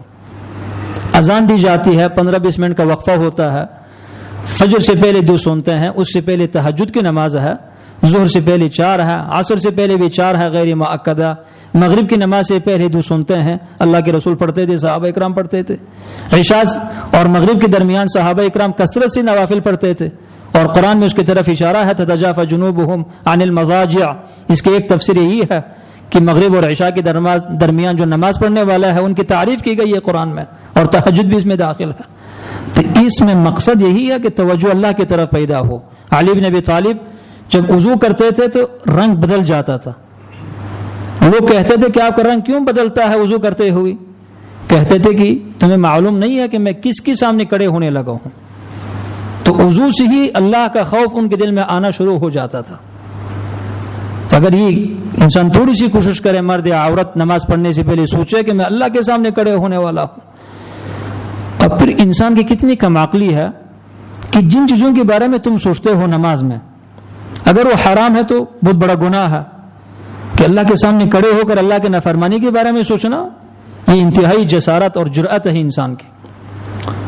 اگر وہ حلال ہے تو سوال یہ کرنی چاہیے اپنے نفس سے کہ کوئی بھی کام اللہ کے ارادے کے بغیر ہو ہی نہیں سکتا. تو جب تم اللہ کے سامنے کھڑے ہو کہ تمام حاجات کو پوری وہ کرتا ہے، ہر چیز کا وہ مالک، تمام اختیارات کا وہ مالک ہے، تمام اختیارات اسی کے ہاتھ میں ہے، تو اس کے سامنے کھڑے ہوتے فکر مندی کی کیا ضرورت ہے؟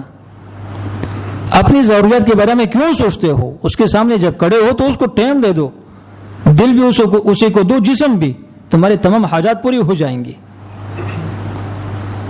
انبیاء علیہ السلام کانوا اذا فزعوا فزعوا الى الصلاۃ، جب پریشانی آتی تھی نماز کی طرف دوڑتے تھے۔ کیوں دوڑتے تھے؟ اس لیے کہ نماز خود حل الحاجات ہے، حاجات پوری ہو جاتی ہے۔ قرآن میں بھی واستعینوا بالصبر والصلاۃ، حاجات کو پوری کرنے کے لیے تم نماز اور صبر سے مدد لیا کرو۔ تو جب تم اسباب اختیار کر رہے ہو تو پھر اس سبب کی طرف توجہ دو، اپنی حاجت کے بارے میں کیوں سوچتے ہو؟ اور دوسرا سبب ہے نماز میں خشوع پیدا کرنے کا، الاہتمام بالصلاۃ، نماز کا اہتمام کرنا۔ نماز کا اہتمام کرنا کیا مطلب؟ اہتمام عربی کا لفظ ہے، اردو میں بھی ہے، لیکن چونکہ گوروں کی زبان بہت زیادہ اب چھا گئی ہے اس لیے لوگوں کو اردو بھی نہیں آتی۔ اہتمام سے میری مراد وضو کرنا سنت کے مطابق، مسواک استعمال کرنا، اور اسی طرح اچھے اور صاف ستھرا کپڑے پہننا، خوشبو لگانا، اور اپنے آپ کو اللہ سبحانہ و تعالیٰ کی ملاقات کے لیے تیار کرنا۔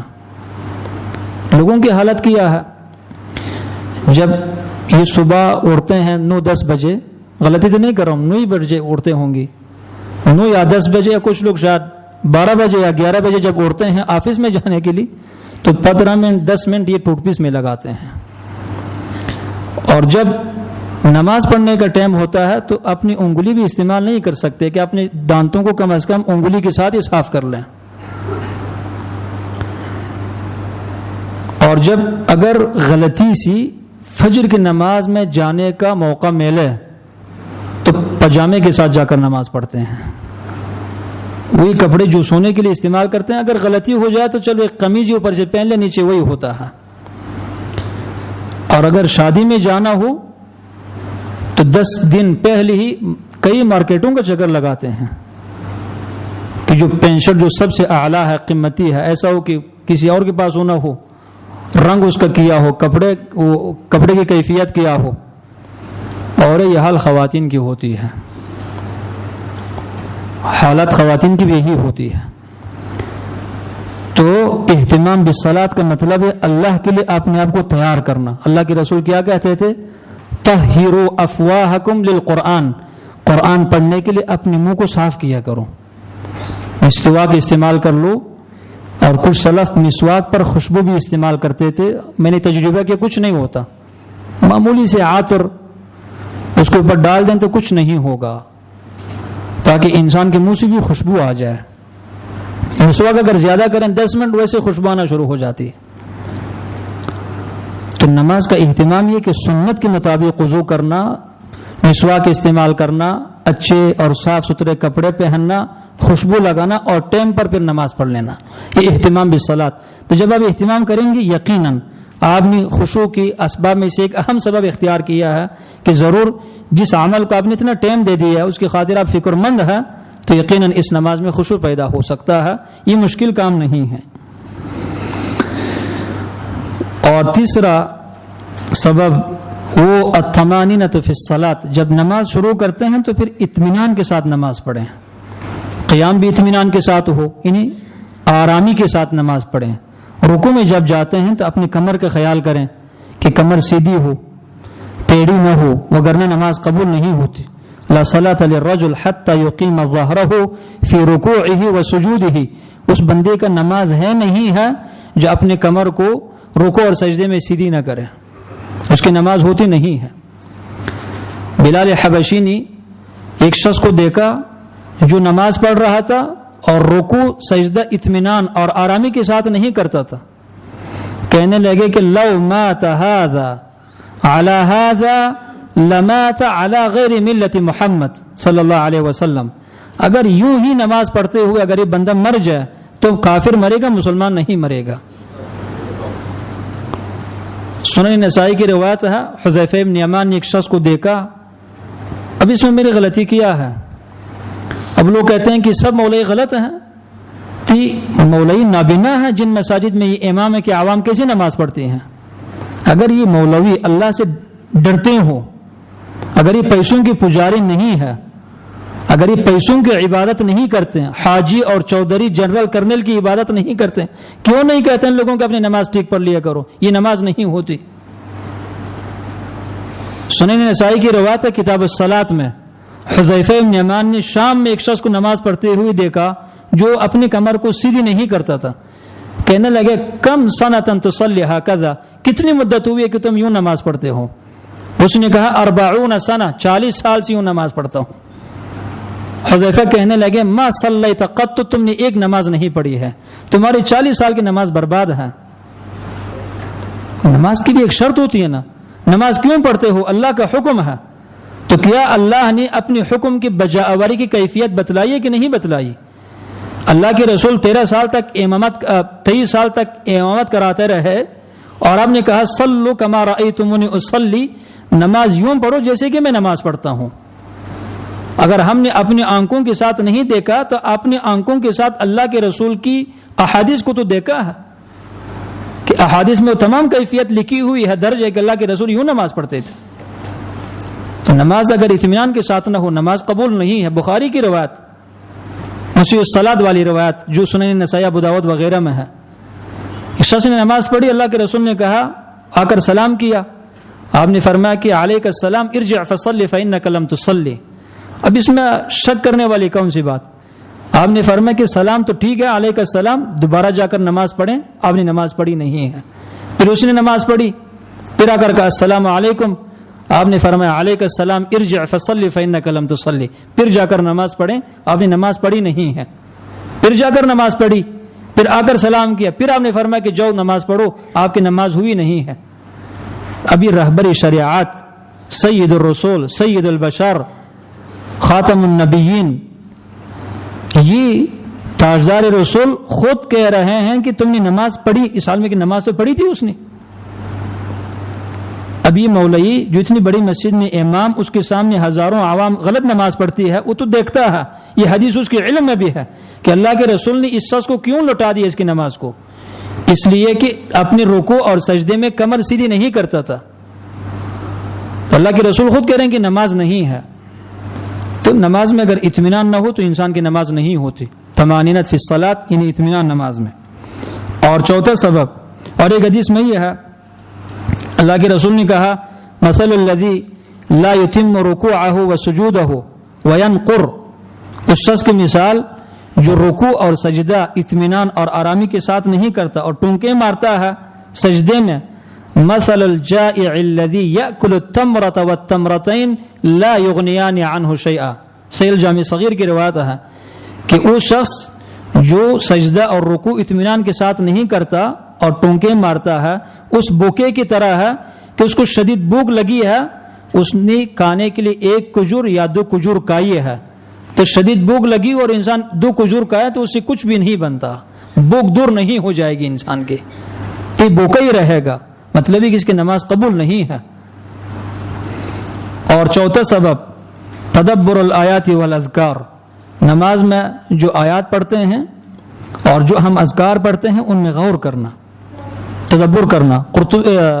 ابن جریر طبری نے لکھا اپنی تفسیر کے مقدمے میں کہ ان لأعجب ممن يقرأ القرآن ولم يعلم تأويله كيف يلتذ بقراءته یا بصلاته، میں تعجب کرتا ہوں ان لوگوں پر جو نماز پڑھتے ہیں لیکن نماز میں پڑھی جانے والی آیات کی مطلب کو نہیں جانتے اور پڑھے جانے والے اذکار کے مفہوم کو نہیں جانتے، تو مجھے ان لوگوں پر تعجب ہوتا ہے کہ نماز پڑھنے سے ان کو کیا لذت ملتی ہوگی۔ کہ افسوس کی بات نہیں ہے کہ اللہ نے 40 سال 50 60 70 سال اللہ نے زندگی دی ہے اور سب مانتے ہیں کہ اللہ نے ہمیں عبادت کے لیے پیدا کیا ہے، تو 60 سال کی زندگی میں جو مقصد زندگی ہے اس کو ہم نے 1 سال بھی ٹائم نہیں دیا، 6 مہینہ بھی ٹائم نہیں دیا، بلکہ 1 مہینہ ہی کافی ہے۔ چھوٹی چھوٹی جو صورتیں پڑھی جاتی ہے اور جو نماز کے اندر اذکار ہے ان کی کل مطلب، مفہوم، محتوا، ترجمے کو انسان 1 مہینے میں سیکھ سکتا ہے۔ 60 سال عمر گزر گئی اور سورہ فاتحہ کا ترجمہ بھی نہیں آتا انسان کو، افسوس کی بات نہیں ہے۔ دنیاوی تعلیم کو ہم 20 سال دے سکتے ہیں، نہ اپنا ملک رہے گا نہ باہر، ڈگریاں دیکھیں، UK ہے، امریکہ ہے، کینیڈا ہے، جاپان ہے، فلاں فلاں 10 ممالک کا نام لکھا ہوا ہے، 6 5 10 سال کی مسافرت کی زندگی گزاری پیسہ کمانے کے لیے، اور وہ پیسہ بھی اللہ ہی دیتا ہے، اللہ نہ دے دے اللہ کچھ بھی نہیں دے سکتا۔ بہت سارے ایسے PhD ہیں جو لوگوں سے مانگتے ہیں، سوالی بنتے ہیں، لوگوں سے سوال کرتے ہیں۔ تعلیم اس رزق روزی نہیں دیتی انسان کو، اللہ دیتا ہے رزق روزی۔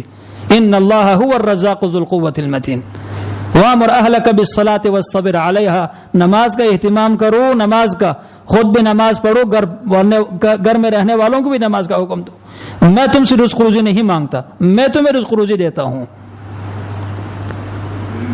کل زندگی دنیا کو دے دی ہے، سورہ فاتحہ بھی صحیح طرح پڑھنا نہیں آتی انسان کو، افسوس کی بات ہے واللہ۔ تو انسان نماز میں خشوع تب پیدا ہوگا جب انسان کو اپنی نماز کے بارے میں کچھ نہ کچھ علم ہو۔ اللہ کے رسول کہتے ہیں ایک بندہ نماز پڑھتا ہے، نماز میں سے اس کو صرف 10واں حصہ ملتا ہے، دوسرا نماز پڑھتا ہے اس کو 9واں حصہ ملتا ہے، کسی کو 8واں حصہ، کسی کو 7واں، الی نصف تک آتے ہیں۔ اس حدیث کی وضاحت میں علماء لکھتے ہیں کہ اس نے جتنی سمجھ کر نماز پڑھی ہے اتنی اس کو اجر ملے گا، اور جو سمجھ کر نہیں پڑھا اس کا اجر نہیں ہوتا، انسان کو نہیں ملتا۔ کل نماز میں ایک اجر ملے گا لیکن کامل اجر اس طرح نہیں ملتا انسان کو۔ تو تدبر الآیات سی مثلا الحمدللہ رب العالمین، سب تعریف اللہ رب العزت کے لیے ہے، وہ رب ہے تمام جہان والوں کا، وہ بے حد مہربان ہے، ہمیشہ رحم کرنے والا ہے، وہ قیامت کا مالک ہے، تیری عبادت کرتے ہیں، تجھ سے مدد مانگتے ہیں، سیدھا راستہ دکھا دے، انبیاء شہداء صدیقین صالحین کے راستے پر چلا دے، یہود اور نصارہ کی نقالی سے اللہ ہمیں بچا دے۔ اگر ان آیات کو بندہ غور سے پڑھے تو توجہ نہیں پیدا ہوتی، خشوع پیدا نہیں ہوگا، ضرور پیدا ہوگا۔ اور 5واں سبب تحسین الصوت بالقرآن، اللہ نے آپ کو جو بھی آواز دی ہے نا، جو بھی آواز، وہ آپ کی آواز اچھی آواز ہے۔ کسی مصری قاری کو جو ریاکاری کی خاطر پڑھتے ہیں دیکھ کر مرعوب نہ ہونا کہ میری آواز اچھی نہیں ہے، اللہ سبحانہ و تعالیٰ نے ہر مرد اور عورت کو آواز اچھی دی ہوئی ہے۔ تو جب تنہائی میں نماز پڑھتے ہیں تو نماز کے دوران جو قرآن پڑھتے ہیں خوش آوازی کے ساتھ قرآن پڑھیں، اور خوش آواز کون ہے؟ وہ نہیں ہے جن کو ہم کہتے ہیں۔ اللہ کے رسول کہتے ہیں ان من احسن الناس صوتا بالقرآن الذي اذا سمعتموه قرأ القرآن حسبتموه انه يخشى اللہ، خوش آواز وہ شخص ہے جب وہ قرآن پڑھتا ہے تو تمہیں یوں اندازہ ہو کہ یہ شخص اللہ سے ڈرنے والا ہے۔ تو جس شخص کی تلاوت کی انداز سے تمہیں یہ معلوم ہوا، تمہیں ایسا گمان ہوا کہ اللہ سے ڈرنے والا ہے، تو سب سے اچھی آواز اسی کی ہے۔ زینوا اصواتکم بالقرآن، اللہ کے رسول نے کہا کہ تم خوبصورت آواز کے ساتھ قرآن پڑھا کرو، اس سے انسان میں توجہ پیدا ہوتی ہے۔ وہ آپ کی آواز جس طرح بھی ہو، اگر آپ اللہ کے خوف کے ساتھ قرآن پڑھ رہے ہیں، توجہ کے ساتھ، اس میں حسن پیدا ہوتا ہے، تو اس سے انسان کی نماز میں خشوع پیدا ہوتا ہے۔ تو اس کے لیے تھوڑی سی آواز اونچی کرنا پڑے گی انسان کو، تھوڑی سی اونچی آواز کے ساتھ پڑھیں۔ لیکن میں نے تجربہ کیا کہ جب آپ اونچی آواز کے ساتھ قرآن پڑھنا شروع کرتے ہیں تو قرآن پڑھنا آپ کے اوپر بھاری ہو جاتا ہے، اس لیے کہ شیطان کو بڑی تکلیف ہوتی ہے۔ تو شیطان کی کوشش ہوتی ہے کہ پھر آپ اونچی آواز کے ساتھ نہ پڑھیں۔ ایک تو اونچی آواز میں انسان ٹائم زیادہ دیتا ہے، توجہ رہتی ہے، توجہ خراب نہیں ہوتی، شیطان کو بڑی تکلیف ہوتی ہے۔ اور جب پست آواز میں پڑھیں تو انسان بس ایسی 2-3 سورتیں 1 منٹ میں پڑھ لیتا ہے۔ اور ایک چھٹا سبب وہی ان یوقن ان اللہ یجیبہ، انسان کو یقین ہو کہ اللہ مجھے جواب دے رہا ہے۔ جب قرآن پڑھتے ہیں نماز میں اور جو بھی آپ ذکر اذکار کر رہے ہیں تو اس میں آپ یہ ذہن میں ضرور لائیں کہ اللہ مجھے جواب دے رہا ہے۔ جیسے مسلم کی روایت، جب بندہ کہتا ہے الحمدللہ رب العالمین، سب تعریف اللہ رب العزت کے لیے ہے، اللہ کہیں گے حمیدنی عبدی، میرے اس بندے نے میری تعریف کی ہے۔ کتنی خوبصورت بات ہے، انسان کمزور اور انتہائی خطا کار، اللہ اس کا نام لے رہے ہیں کہ حمیدنی عبدی، میری اس بندے نے میری تعریف کی ہے۔ تو کبھی کبھی اپنی ذہن میں ایک کیفیت پیدا کریں، کتنے لطف آتا ہے انسان کو۔ اور پھر جب بندہ کہتے ہیں الرحمن الرحیم، اللہ کہتے ہیں اثنا علی عبدی، پھر اس نے میری تعریف کی ہے۔ جب کہتے ہیں مالک یوم الدین، اللہ کہتا ہے مجدنی عبدی، اس بندے نے میری بزرگی بیان کی ہے، کبریائی بیان کی ہے۔ جب ایاک نعبد و ایاک نستعین پڑھتے ہیں تو اللہ کہتے ہیں ھذا بینی و بین عبدی، یہ میرے اور بندے کے درمیان تقسیم ہے. اور اس کے بعد جو آپ پڑھتے ہیں اللہ کہتے ہیں کہ ھذا لعبدی ولعبدی ما سأل، بندہ جو مانگ رہا ہے میں اس کو دیتے رہوں گا. تو اللہ نماز میں جواب دیتا ہے. اس لیے عبداللہ بن مسعود نے کیا خوبصورت بات کی ہے، کہتے ہیں کہ جو انسان نماز پڑھتا ہے اذا قام احدکم یصلی فانما یناجی ربہ، جب تمہارا کوئی ایک نماز پڑھنا شروع کرتا ہے تو وہ رب کے ساتھ سرگوشی کرنا شروع کر دیتا ہے. اللہ کے رسول کہتے ہیں، عبداللہ بن مسعود کا قول نہیں ہے، اللہ کے رسول کہتے ہیں فانما یناجی ربہ، اپنے رب سے سرگوشی کر رہا ہے. فلینظر بما یناجیہ، تو انسان اپنے الفاظ پر غور کرے کہ کن الفاظ کے ساتھ تم اللہ کے ساتھ سرگوشی کر رہے ہو. سرگوشی کا مطلب کیا ہوتا ہے؟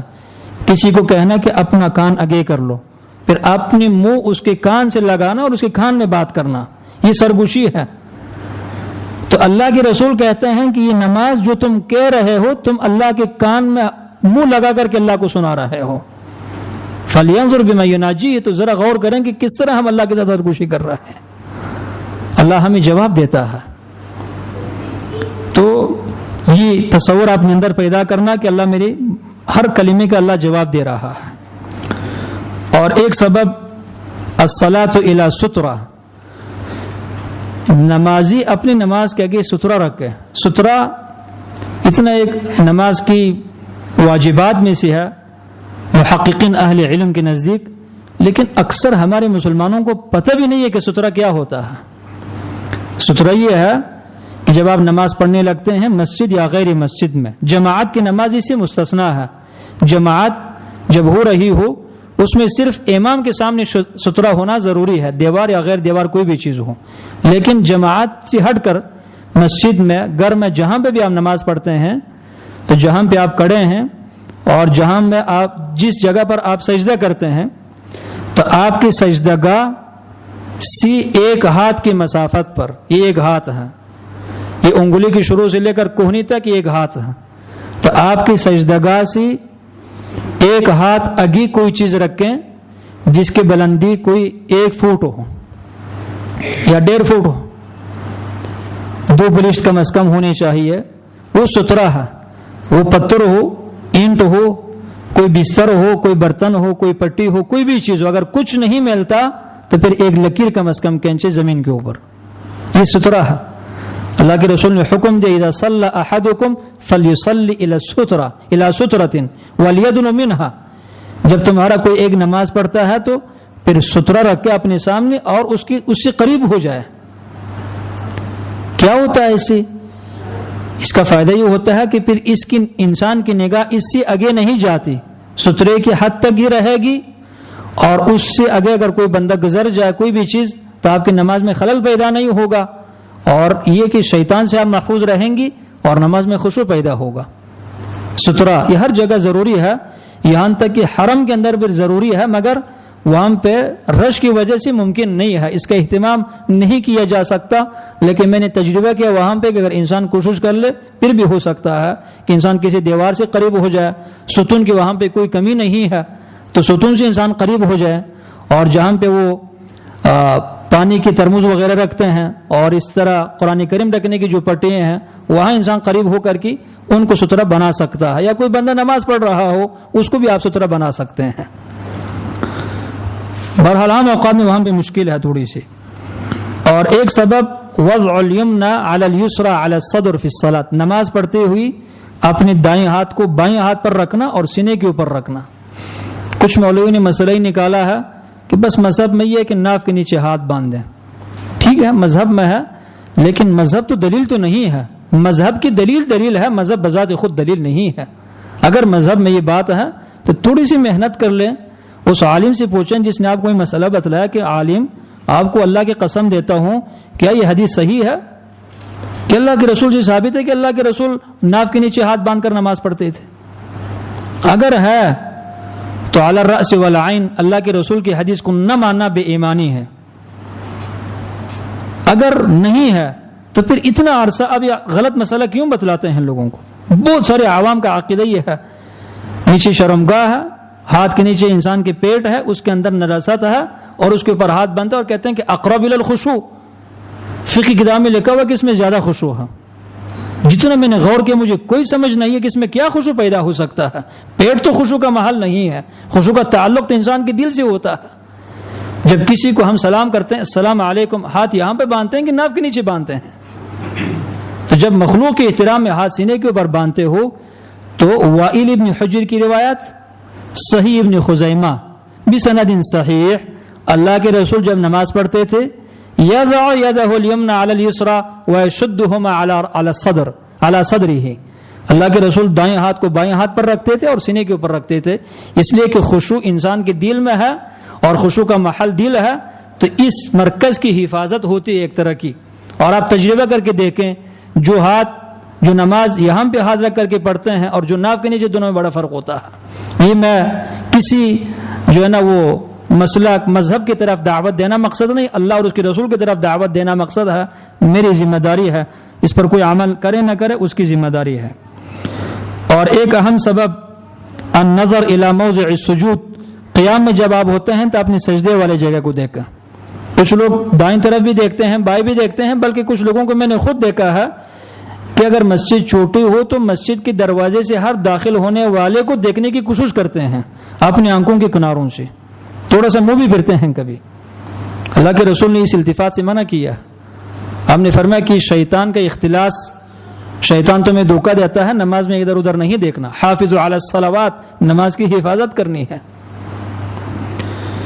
تو قیام کی حالت میں سجدے کی جگہ کو دیکھنا، اور جب آپ رکوع میں جاتے ہیں تو رکوع میں کچھ اہل علم لکھتے ہیں کہ پاؤں کی انگلی کو دیکھنی چاہیے، لیکن صحیح قول یہی ہے کہ اس میں بھی سجدے والے جگہ کو دیکھنی چاہیے، کیونکہ اگر آپ پاؤں کی طرف دیکھنا شروع کریں گے سر زیادہ جھک جائے گا تو آپ کی کمر پھر سیدھی نہیں ہو جائے گی، تو اسی جگہ کو دیکھنے چاہیے۔ لیکن جب تشہد میں بیٹھتے ہیں تو تشہد میں آپ نے اس شہادت کی انگلی کو دیکھتے رہنا ہے۔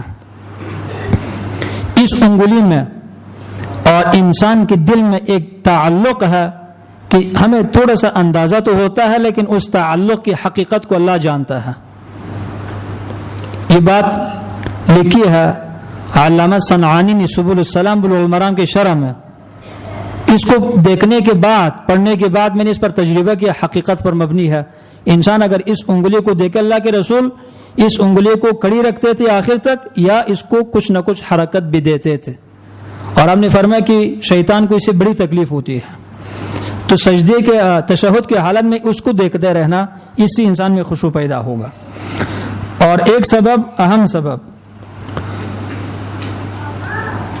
اور یہ بھی ہے کہ حضرت عائشہ کی روایت ہے، کان رسول اللہ صلی اللہ علیہ وسلم اذا صلى طأطأ رأسه، اللہ کے رسول جب نماز پڑھتے تھے تو اپنے سر کو جھکاتے تھے۔ سر جھکانے کا مطلب یہ نہیں کہ انسان کے دل میں خشوع نہ ہو اور صرف انسان اپنے کمر کو جھکا کر کے رکھے، نہیں۔ عمر ابن خطاب نے ایک نوجوان کو دیکھا نماز پڑھ رہا تھا اور اپنے گردن کو جھکایا ہوا تھا، کہنے لگا یا فتى ارفع رأس یا صاحب الرقبہ ارفع رقبتک، اے گردن والے اپنے گردن کو اوپر اٹھاؤ۔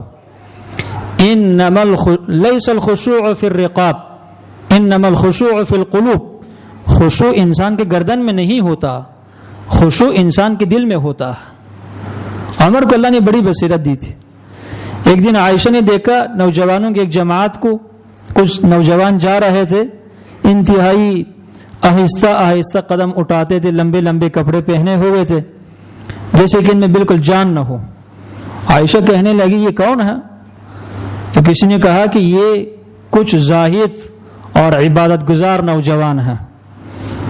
عائشہ رضی اللہ عنہا ہنس کر کہنے لگی ان کو کہہ دو کہ عمر جب چلتے تھے تیزی کے ساتھ چلتے تھے، اور جب بات کرتے تھے زور کے ساتھ، زور سے بات کرتے تھے، اگلے بندے کو ان کی آواز سنائی دیتی تھی، اور جو کہتے تھے وہ کرتے تھے، اور جب نماز پڑھتے تھے تو اپنے گردن کو نہیں جھکاتے تھے۔ اور عمر سب سے زیادہ عبادت گزار شخص ہے اس امت میں، سب سے زیادہ اللہ سے ڈرنے والے ہیں، اتنا اللہ سے ڈرنے والے تھے کہ شیطان اس راستے پر چلتا نہیں تھا جس راستے پر عمر چلتے تھے، اس لیے کہ جو اللہ سے زیادہ ڈرنے والا ہو ہر مخلوق اسے ڈرتی ہے۔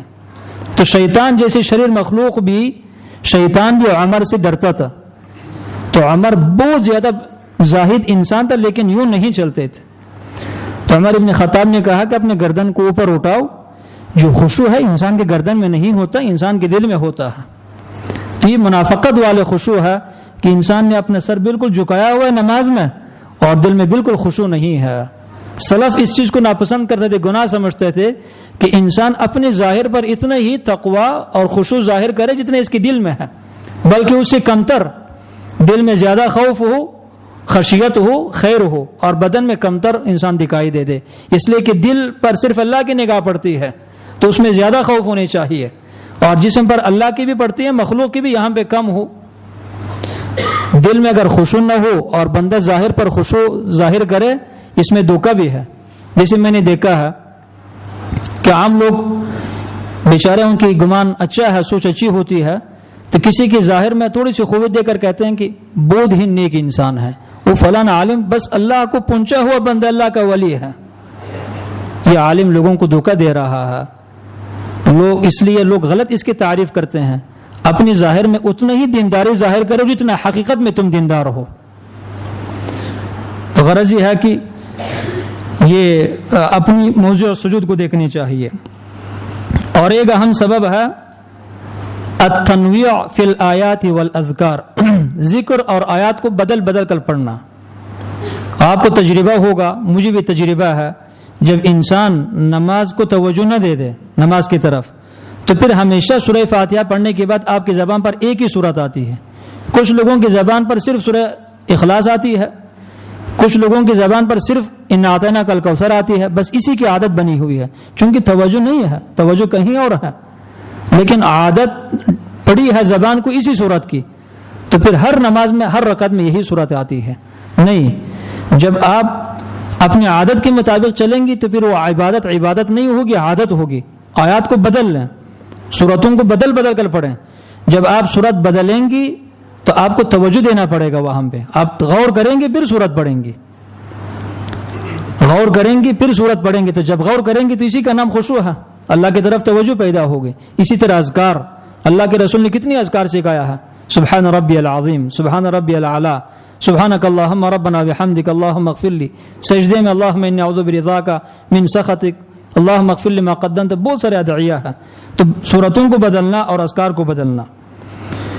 اور ایک اہم سبب نماز کے شروع میں استعاذہ, اعوذ باللہ. اعوذ باللہ توجہ کے ساتھ پڑھنا. اعوذ باللہ میں یہی ہے کہ انسان اپنی عاجزی کا اقرار کرتا ہے کہ اللہ میں کمزور ہوں شیطان کے مقابل میں. یہ تیرا کتا ہے, یہ شریر کتا ہے, کاٹنے والا کتا ہے, میں اس سے کمزور ہوں, میں اس کا مقابلہ نہیں کر سکتا تیری توفیق کے بغیر. تب میں تیرے طرف آ رہا ہوں, اس کو روکنا, مجھے اس کے شر سے بچانا. اعوذ باللہ من الشیطان الرجیم, اعوذ باللہ السمیع العلیم من الشیطان الرجیم. یہ اس دعا میں بندہ اپنی عاجزی کا اظہار کرتا ہے, اس میں اللہ کے توحید ہے اور شیطان کے شر سے بچنے کا بہت بڑا سبب ہے. تو یہ اعوذ باللہ توجہ کے ساتھ پڑھنا. اور اس طرح نماز کے دوران اگر نفلی نماز ہے یا فرضی نماز ہے اور وساوس آتا ہے تو اللہ کے رسول نے کہا کہ 3 بار تعوذ پڑھیں اور بائیں طرف تھوکیں. اتنا زیادہ نہیں کہ اپنے کپڑوں کو خراب کریں, تھوڑا سا, اور اپنے سر کو بھی زیادہ, منہ کو بھی نہیں پھرنا, بس آہستہ تھوڑا سا تھوکنا بائیں طرف. یہ مجرب عمل اور اللہ کے رسول کا بتلایا ہوا طریقہ ہے, اس سے وساوس دور ہو جائیں گے. اور ایک اہم سبب خشوع کی فضیلت کو جاننا. کہ نماز کی فرضیت کا مقصد ہی خشوع ہے اور خشوع نماز کی روح ہے. نماز اسلام میں اسلام کا سر ہے, جیسے کہ انسانی بدن میں سب سے جو اہم عضو ہے سر ہے, تو اسلام بھی ایک بدن ہے, اس میں جو عضو اہم ہے وہ اس کا جو سر ہے وہ نماز ہے, اور نماز کا پھر جو سر ہے وہ خشوع ہے. تو بلا خشوع پڑھی ہوئی نماز میت کی طرح ہے کہ آپ اللہ کے سامنے میت تحفتاً پیش کر رہے ہیں. تو خشوع کی اہمیت کو جاننا, جیسے کہ اللہ کے رسول نے کہا ما من امرئ مسلم تحضره صلاة مکتوبة فيحسن وضوءها وخشوعها وركوعها إلا كانت كفارة لما قبلها من الذنوب ما لم تؤت كبيرة وذلك الدهر كله. جب کسی مسلمان جب کوئی فرضی نماز کا ٹائم آتا ہے اور ایک مسلمان اچھی طرح وضو کرتا ہے رکوع بھی صحیح طریقے کے ساتھ کرتا ہے اور خشوع بھی اپنی نماز میں پیدا کرتا ہے تو یہ نماز اس کی گزشتہ گناہوں کو مٹا دیتی ہے. اور وذالک الدہر کلہ، یہ تمام زمانہ ہے، کسی ایک خاص ٹائم کے ساتھ نہیں، مخصوص نہیں. جب بھی انسان یوں نماز پڑھے تو اس کے گزشتہ گناہ معاف ہو جائیں گے. اور اللہ کے رسول نے بھی کہا کہ من صلی رکعتین ولم يحدث نفسه فيهما بشيء من الدنيا الا غفر له ما تقدم من ذنبه.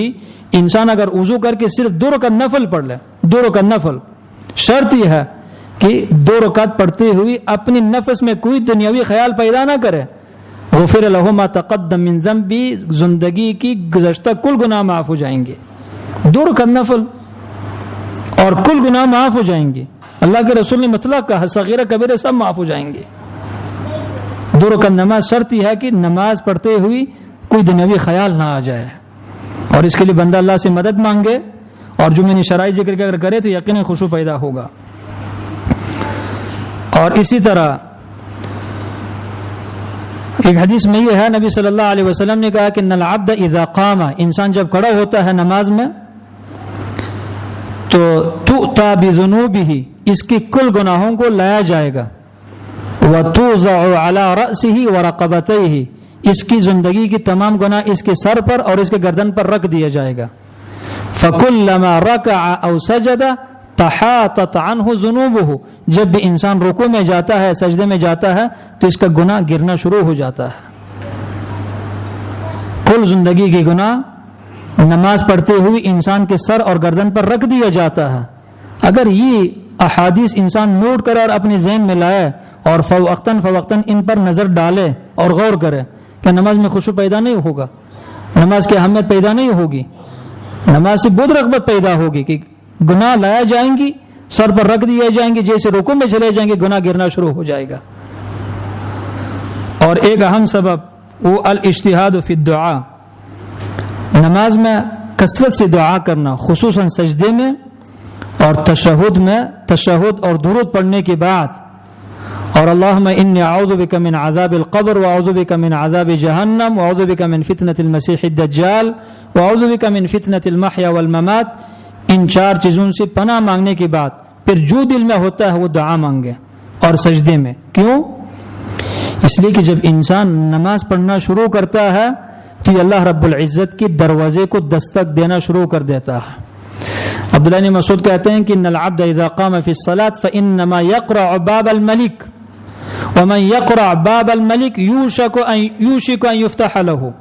جب انسان نماز شروع کرتا ہے تو بادشاہ کے دروازے کو اس نے دستک دینا شروع کر دیا ہے، اور جب انسان کسی کے دروازے کو دستک دینا شروع کر دیتا ہے تو دروازہ کھل جاتا ہے انسان کے لیے. تو نماز پڑھنے والے کے لیے اللہ کا دروازہ کھل جاتا ہے. جب دروازہ کھلتا ہے تو فیض حاصل کرنے وہاں سے. تو کثرت سے دعا مانگنا، اس سے انسان کے نماز میں خشوع پیدا ہوتا ہے. اسی طرح ازالۃ ما یشغل المصلی، ہر وہ چیز جو آپ کو نماز سے غافل کر دیتی ہے اس کو زائل کر دینا. جیسے کہ اللہ کے رسول نے نماز پڑھی، سامنے پردہ لٹکا ہوا تھا، اس میں کچھ تصاویر تھے. اللہ کے رسول نے عائشہ کو کہا کہ امیتی عنا قرامکی فإن الہتنی عن الصلاۃ آنفا، اس پردے کو یہاں سے ہٹا دو، اس نے مجھے غافل کر دیا نماز میں. تو اس لیے مساجد کو بہت زیادہ منقش اور مزین بنانا یہ بھی بدعات کے اندر ہے، اور یہ بھی یہود و نصارہ کی شباہت. اللہ کے رسول نے کہا کہ تم اپنی مساجد کو ایسا خوبصورت بناؤ گی جیسے کہ یہود و نصارہ اپنی صومعہ عبادت خانہ اور گرجاؤں کو بناتے تھے. تو اس کے اوپر کروڑ روپے لگانا، مسجد سادی ہونی چاہیے، تعمیر مضبوط ہو، صاف ستھری ہو، لیکن سادی ہو، اس میں بڑی خیر ہے. اللہ کے رسول کی مسجد کتنی سادی تھی، لیکن اس مسجد سے کل دنیا میں اسلام پھیلا ہے. اور چھوٹی سی مسجد تھی، بارش ہوتی تھی تو بارش کے قطرات اللہ کے رسول کے سر پر ٹپکتی تھی، اور آپ جب سجدہ کرتے تھے بارش کے ٹائم تو آپ کی ماتھے میں کیچڑ جو ہے نا وہ آتی تھی. اب یہ کہ کئی کنار پر مسجد ہے اور ارب خرب روپے اس کے اوپر لگاتے ہیں، لیکن مسجد کی پڑوس تک خیر نہیں جاتی. آپ نے فرمایا کہ مساجد آباد ہوں گی لیکن ہدایت سے خالی ہوں گی، یہ وہ زمانہ ہے. اور ایک شرط یہ ہے کہ نماز پڑھتے ہوئی ٹیبل پر بھوک لگی ہے اور بیوی نے جو ہے نا وہ کئی قسم کا کھانا تیار کیا اور ٹیبل میں رکھا ہے، اور ٹیبل سامنے رکھ کر کے آپ نے نماز پڑھنا شروع کر دی، اس میں کبھی خشوع پیدا نہیں ہوگا. تو نماز پڑھتے ہوئے اپنے آس پاس ایسا مرغوب چیز جس کی طرف آپ کو رغبت ہے وہ نہیں رکھنی چاہیے. اس لیے غالباً ہر مسلمان کے گھر میں نماز پڑھنے کی ایک مخصوص جگہ ہونی چاہیے. اور ایک ضروری شرط یہ ہے کہ قضاء حاجت نہ ہو انسان کو، اس سے پہلے نماز سے پہلے انسان اپنے آپ کو اس سے فارغ کرے. اور ایک اہم سبب اللہ کے رسول نے جو بتلایا اور آخری سبب تذکر الموت فی الصلاۃ، نماز پڑھتے ہوئے موت کو یاد کرنا. نبی صلی اللہ علیہ وسلم نے کہا کہ جب نماز پڑھتے ہو اذکر الموت فی صلاتک، موت کو نماز میں یاد کرو. وصلی صلاۃ رجل یظن انہ لا یصلی صلاۃ غیرہا، اور اس شخص کی طرح نماز پڑھو جس کا یہ گمان ہے کہ یہ اس کے بعد نماز نہیں پڑھے گا، یعنی اس کو اس کے بعد نماز پڑھنے کا موقع نہیں ملے گا، شاید اگلی نماز آنے سے پہلے اس کے موت واقع ہو جائے. اور واللہ اگر انسان اس پر عمل شروع کرے، جیسے کہ نبی صلی اللہ علیہ وسلم نے ابو ایوب انصاری کو نصیحت کی تھی، یا ابا ایوب صلی صلاۃ مودع، جو بھی آپ نماز پڑھتے ہیں اس کو الوداعی نماز سمجھ کر پڑھیں، انسان کے موت کا کچھ پتہ نہیں ہے. کتنے بیمار ہیں جو کئی عرصہ زندہ رہتے ہیں، اور کتنے ایسے زندہ ہیں بغیر کسی بیماری کے فوت ہوتے ہیں. کتنے ایسے بوڑھے ہیں 100 سال ان کی عمر ہے، موت نہیں آتی. کتنے ایسے نوجوان ہیں 20-22 سال کے نوجوان، موت آتی ہے. کل ایک ذاتی نے مجھے بتلایا کہ رشتہ دار تھا ریون روڈ پر، اور 100 کنال میں ان کا گھر بنا ہوا ہے، 100 کنال زمین پر ان کا گھر بنا ہوا ہے. 22 سال کا بیٹا جس کی شادی ہوئی تھی 1.5-2 سال پہلی، ورزش کے کلب سے نکلا ہے، دوستوں کو کہا کہ اگر جوس پیتے ہیں کسی جگہ میں، جوس پی کر باہر نکلا، گاڑی میں بیٹا، موت آ گئی. کل کی بات، پرسوں کی بات، کل اس نے مجھے بتلایا. نوجوان بھی ہے اور اب کرب پتی بھی ہے، 100 کنال کا گھر بھی ہے، قیمتی گاڑی بھی ہے، ورزش نکلا، پتہ نہیں اس کے ذہن میں کیا خیالات تھے، بغیر کسی سبب کی گاڑی میں بیٹا، موت آ گئی ہے. کچھ پتہ نہیں ہوتا انسان کا، پتہ نہیں اس کی پچھلی نماز اس نے پڑھی تھی کہ نہیں پڑھی تھی. تو اللہ کے رسول نے کہا اپنے ہر نماز کو الوداعی نماز سمجھ لیں. فَإِنَّ الرَّجُلَ، بے شک آدمی جب یہ تصور پیدا کرتا ہے کہ میری آخری نماز ہے، لَحَرِيٌّ أَن يُحْسِنَ صَلَاتَهُ، تو ضرور یہ بندہ اپنی نماز کو اچھے انداز میں پڑھے گا. اور آپ نے پھر یہ فرمایا وَإِيَّاكَ وَكُلَّ أَمْرٍ يُعْتَذَرُ مِنْهُ، اللہ کے رسول چونکہ ہادی تھے اس لیے ہر میدان میں ہدایت کرتے تھے. آپ نے فرمایا کل زندگی میں اصولی بناؤ، کوئی ایسی بات نہ کرو کہ پھر اس کے مقابل میں تمہیں کسی سے عذر خواہی کی ضرورت پڑ جائے. وَإِيَّاكَ وَكُلُّ أَمْرٍ يُعْتَذَرُ مِنْهُ، اپنی تمام اعمال اور حرکات کو سنجیدہ بناؤ، سنجیدگی سے کرو. کوئی ایسا کام نہ کرو، کوئی ایسی بات نہ کرو کہ کام کرنے کے بعد یا وہ بات کرنے کے بعد پھر دوسروں سے معافی مانگنے کی تمہیں ضرورت پڑے. سوچ سمجھ کر زندگی گزار لو. کتنی اچھی بات اور اچھی وصیت ہے. ٹائم تھوڑا سا اوپر ہوا تو انشاءاللہ خیر ہے، موضوع اہم تھا. اللہ سبحانہ و تعالی مجھے اور آپ کو صحیح معنوں میں نماز پڑھنے کی توفیق دے دے، اور آخری دم تک اللہ سبحانہ و تعالی خشوع کے ساتھ نماز پڑھنے کی توفیق دے دے. اور جس طرح اللہ نے اس ٹائم اپنی عبادت اور اطاعت کے لیے ہمیں یہاں جمع کیا ہے، اللہ سبحانہ و تعالی سے خلوص کے ساتھ دعا کرتے ہیں کہ اللہ رب العزت اسی طرح ہمیں جنت الفردوس میں ہی جمع کرے، اور یہ ہمارے محفل وہاں پہ بھی لگ جائے. وصلی اللہ وسلم علی نبینا محمد وعلی آلہ وصحبہ اجمعین.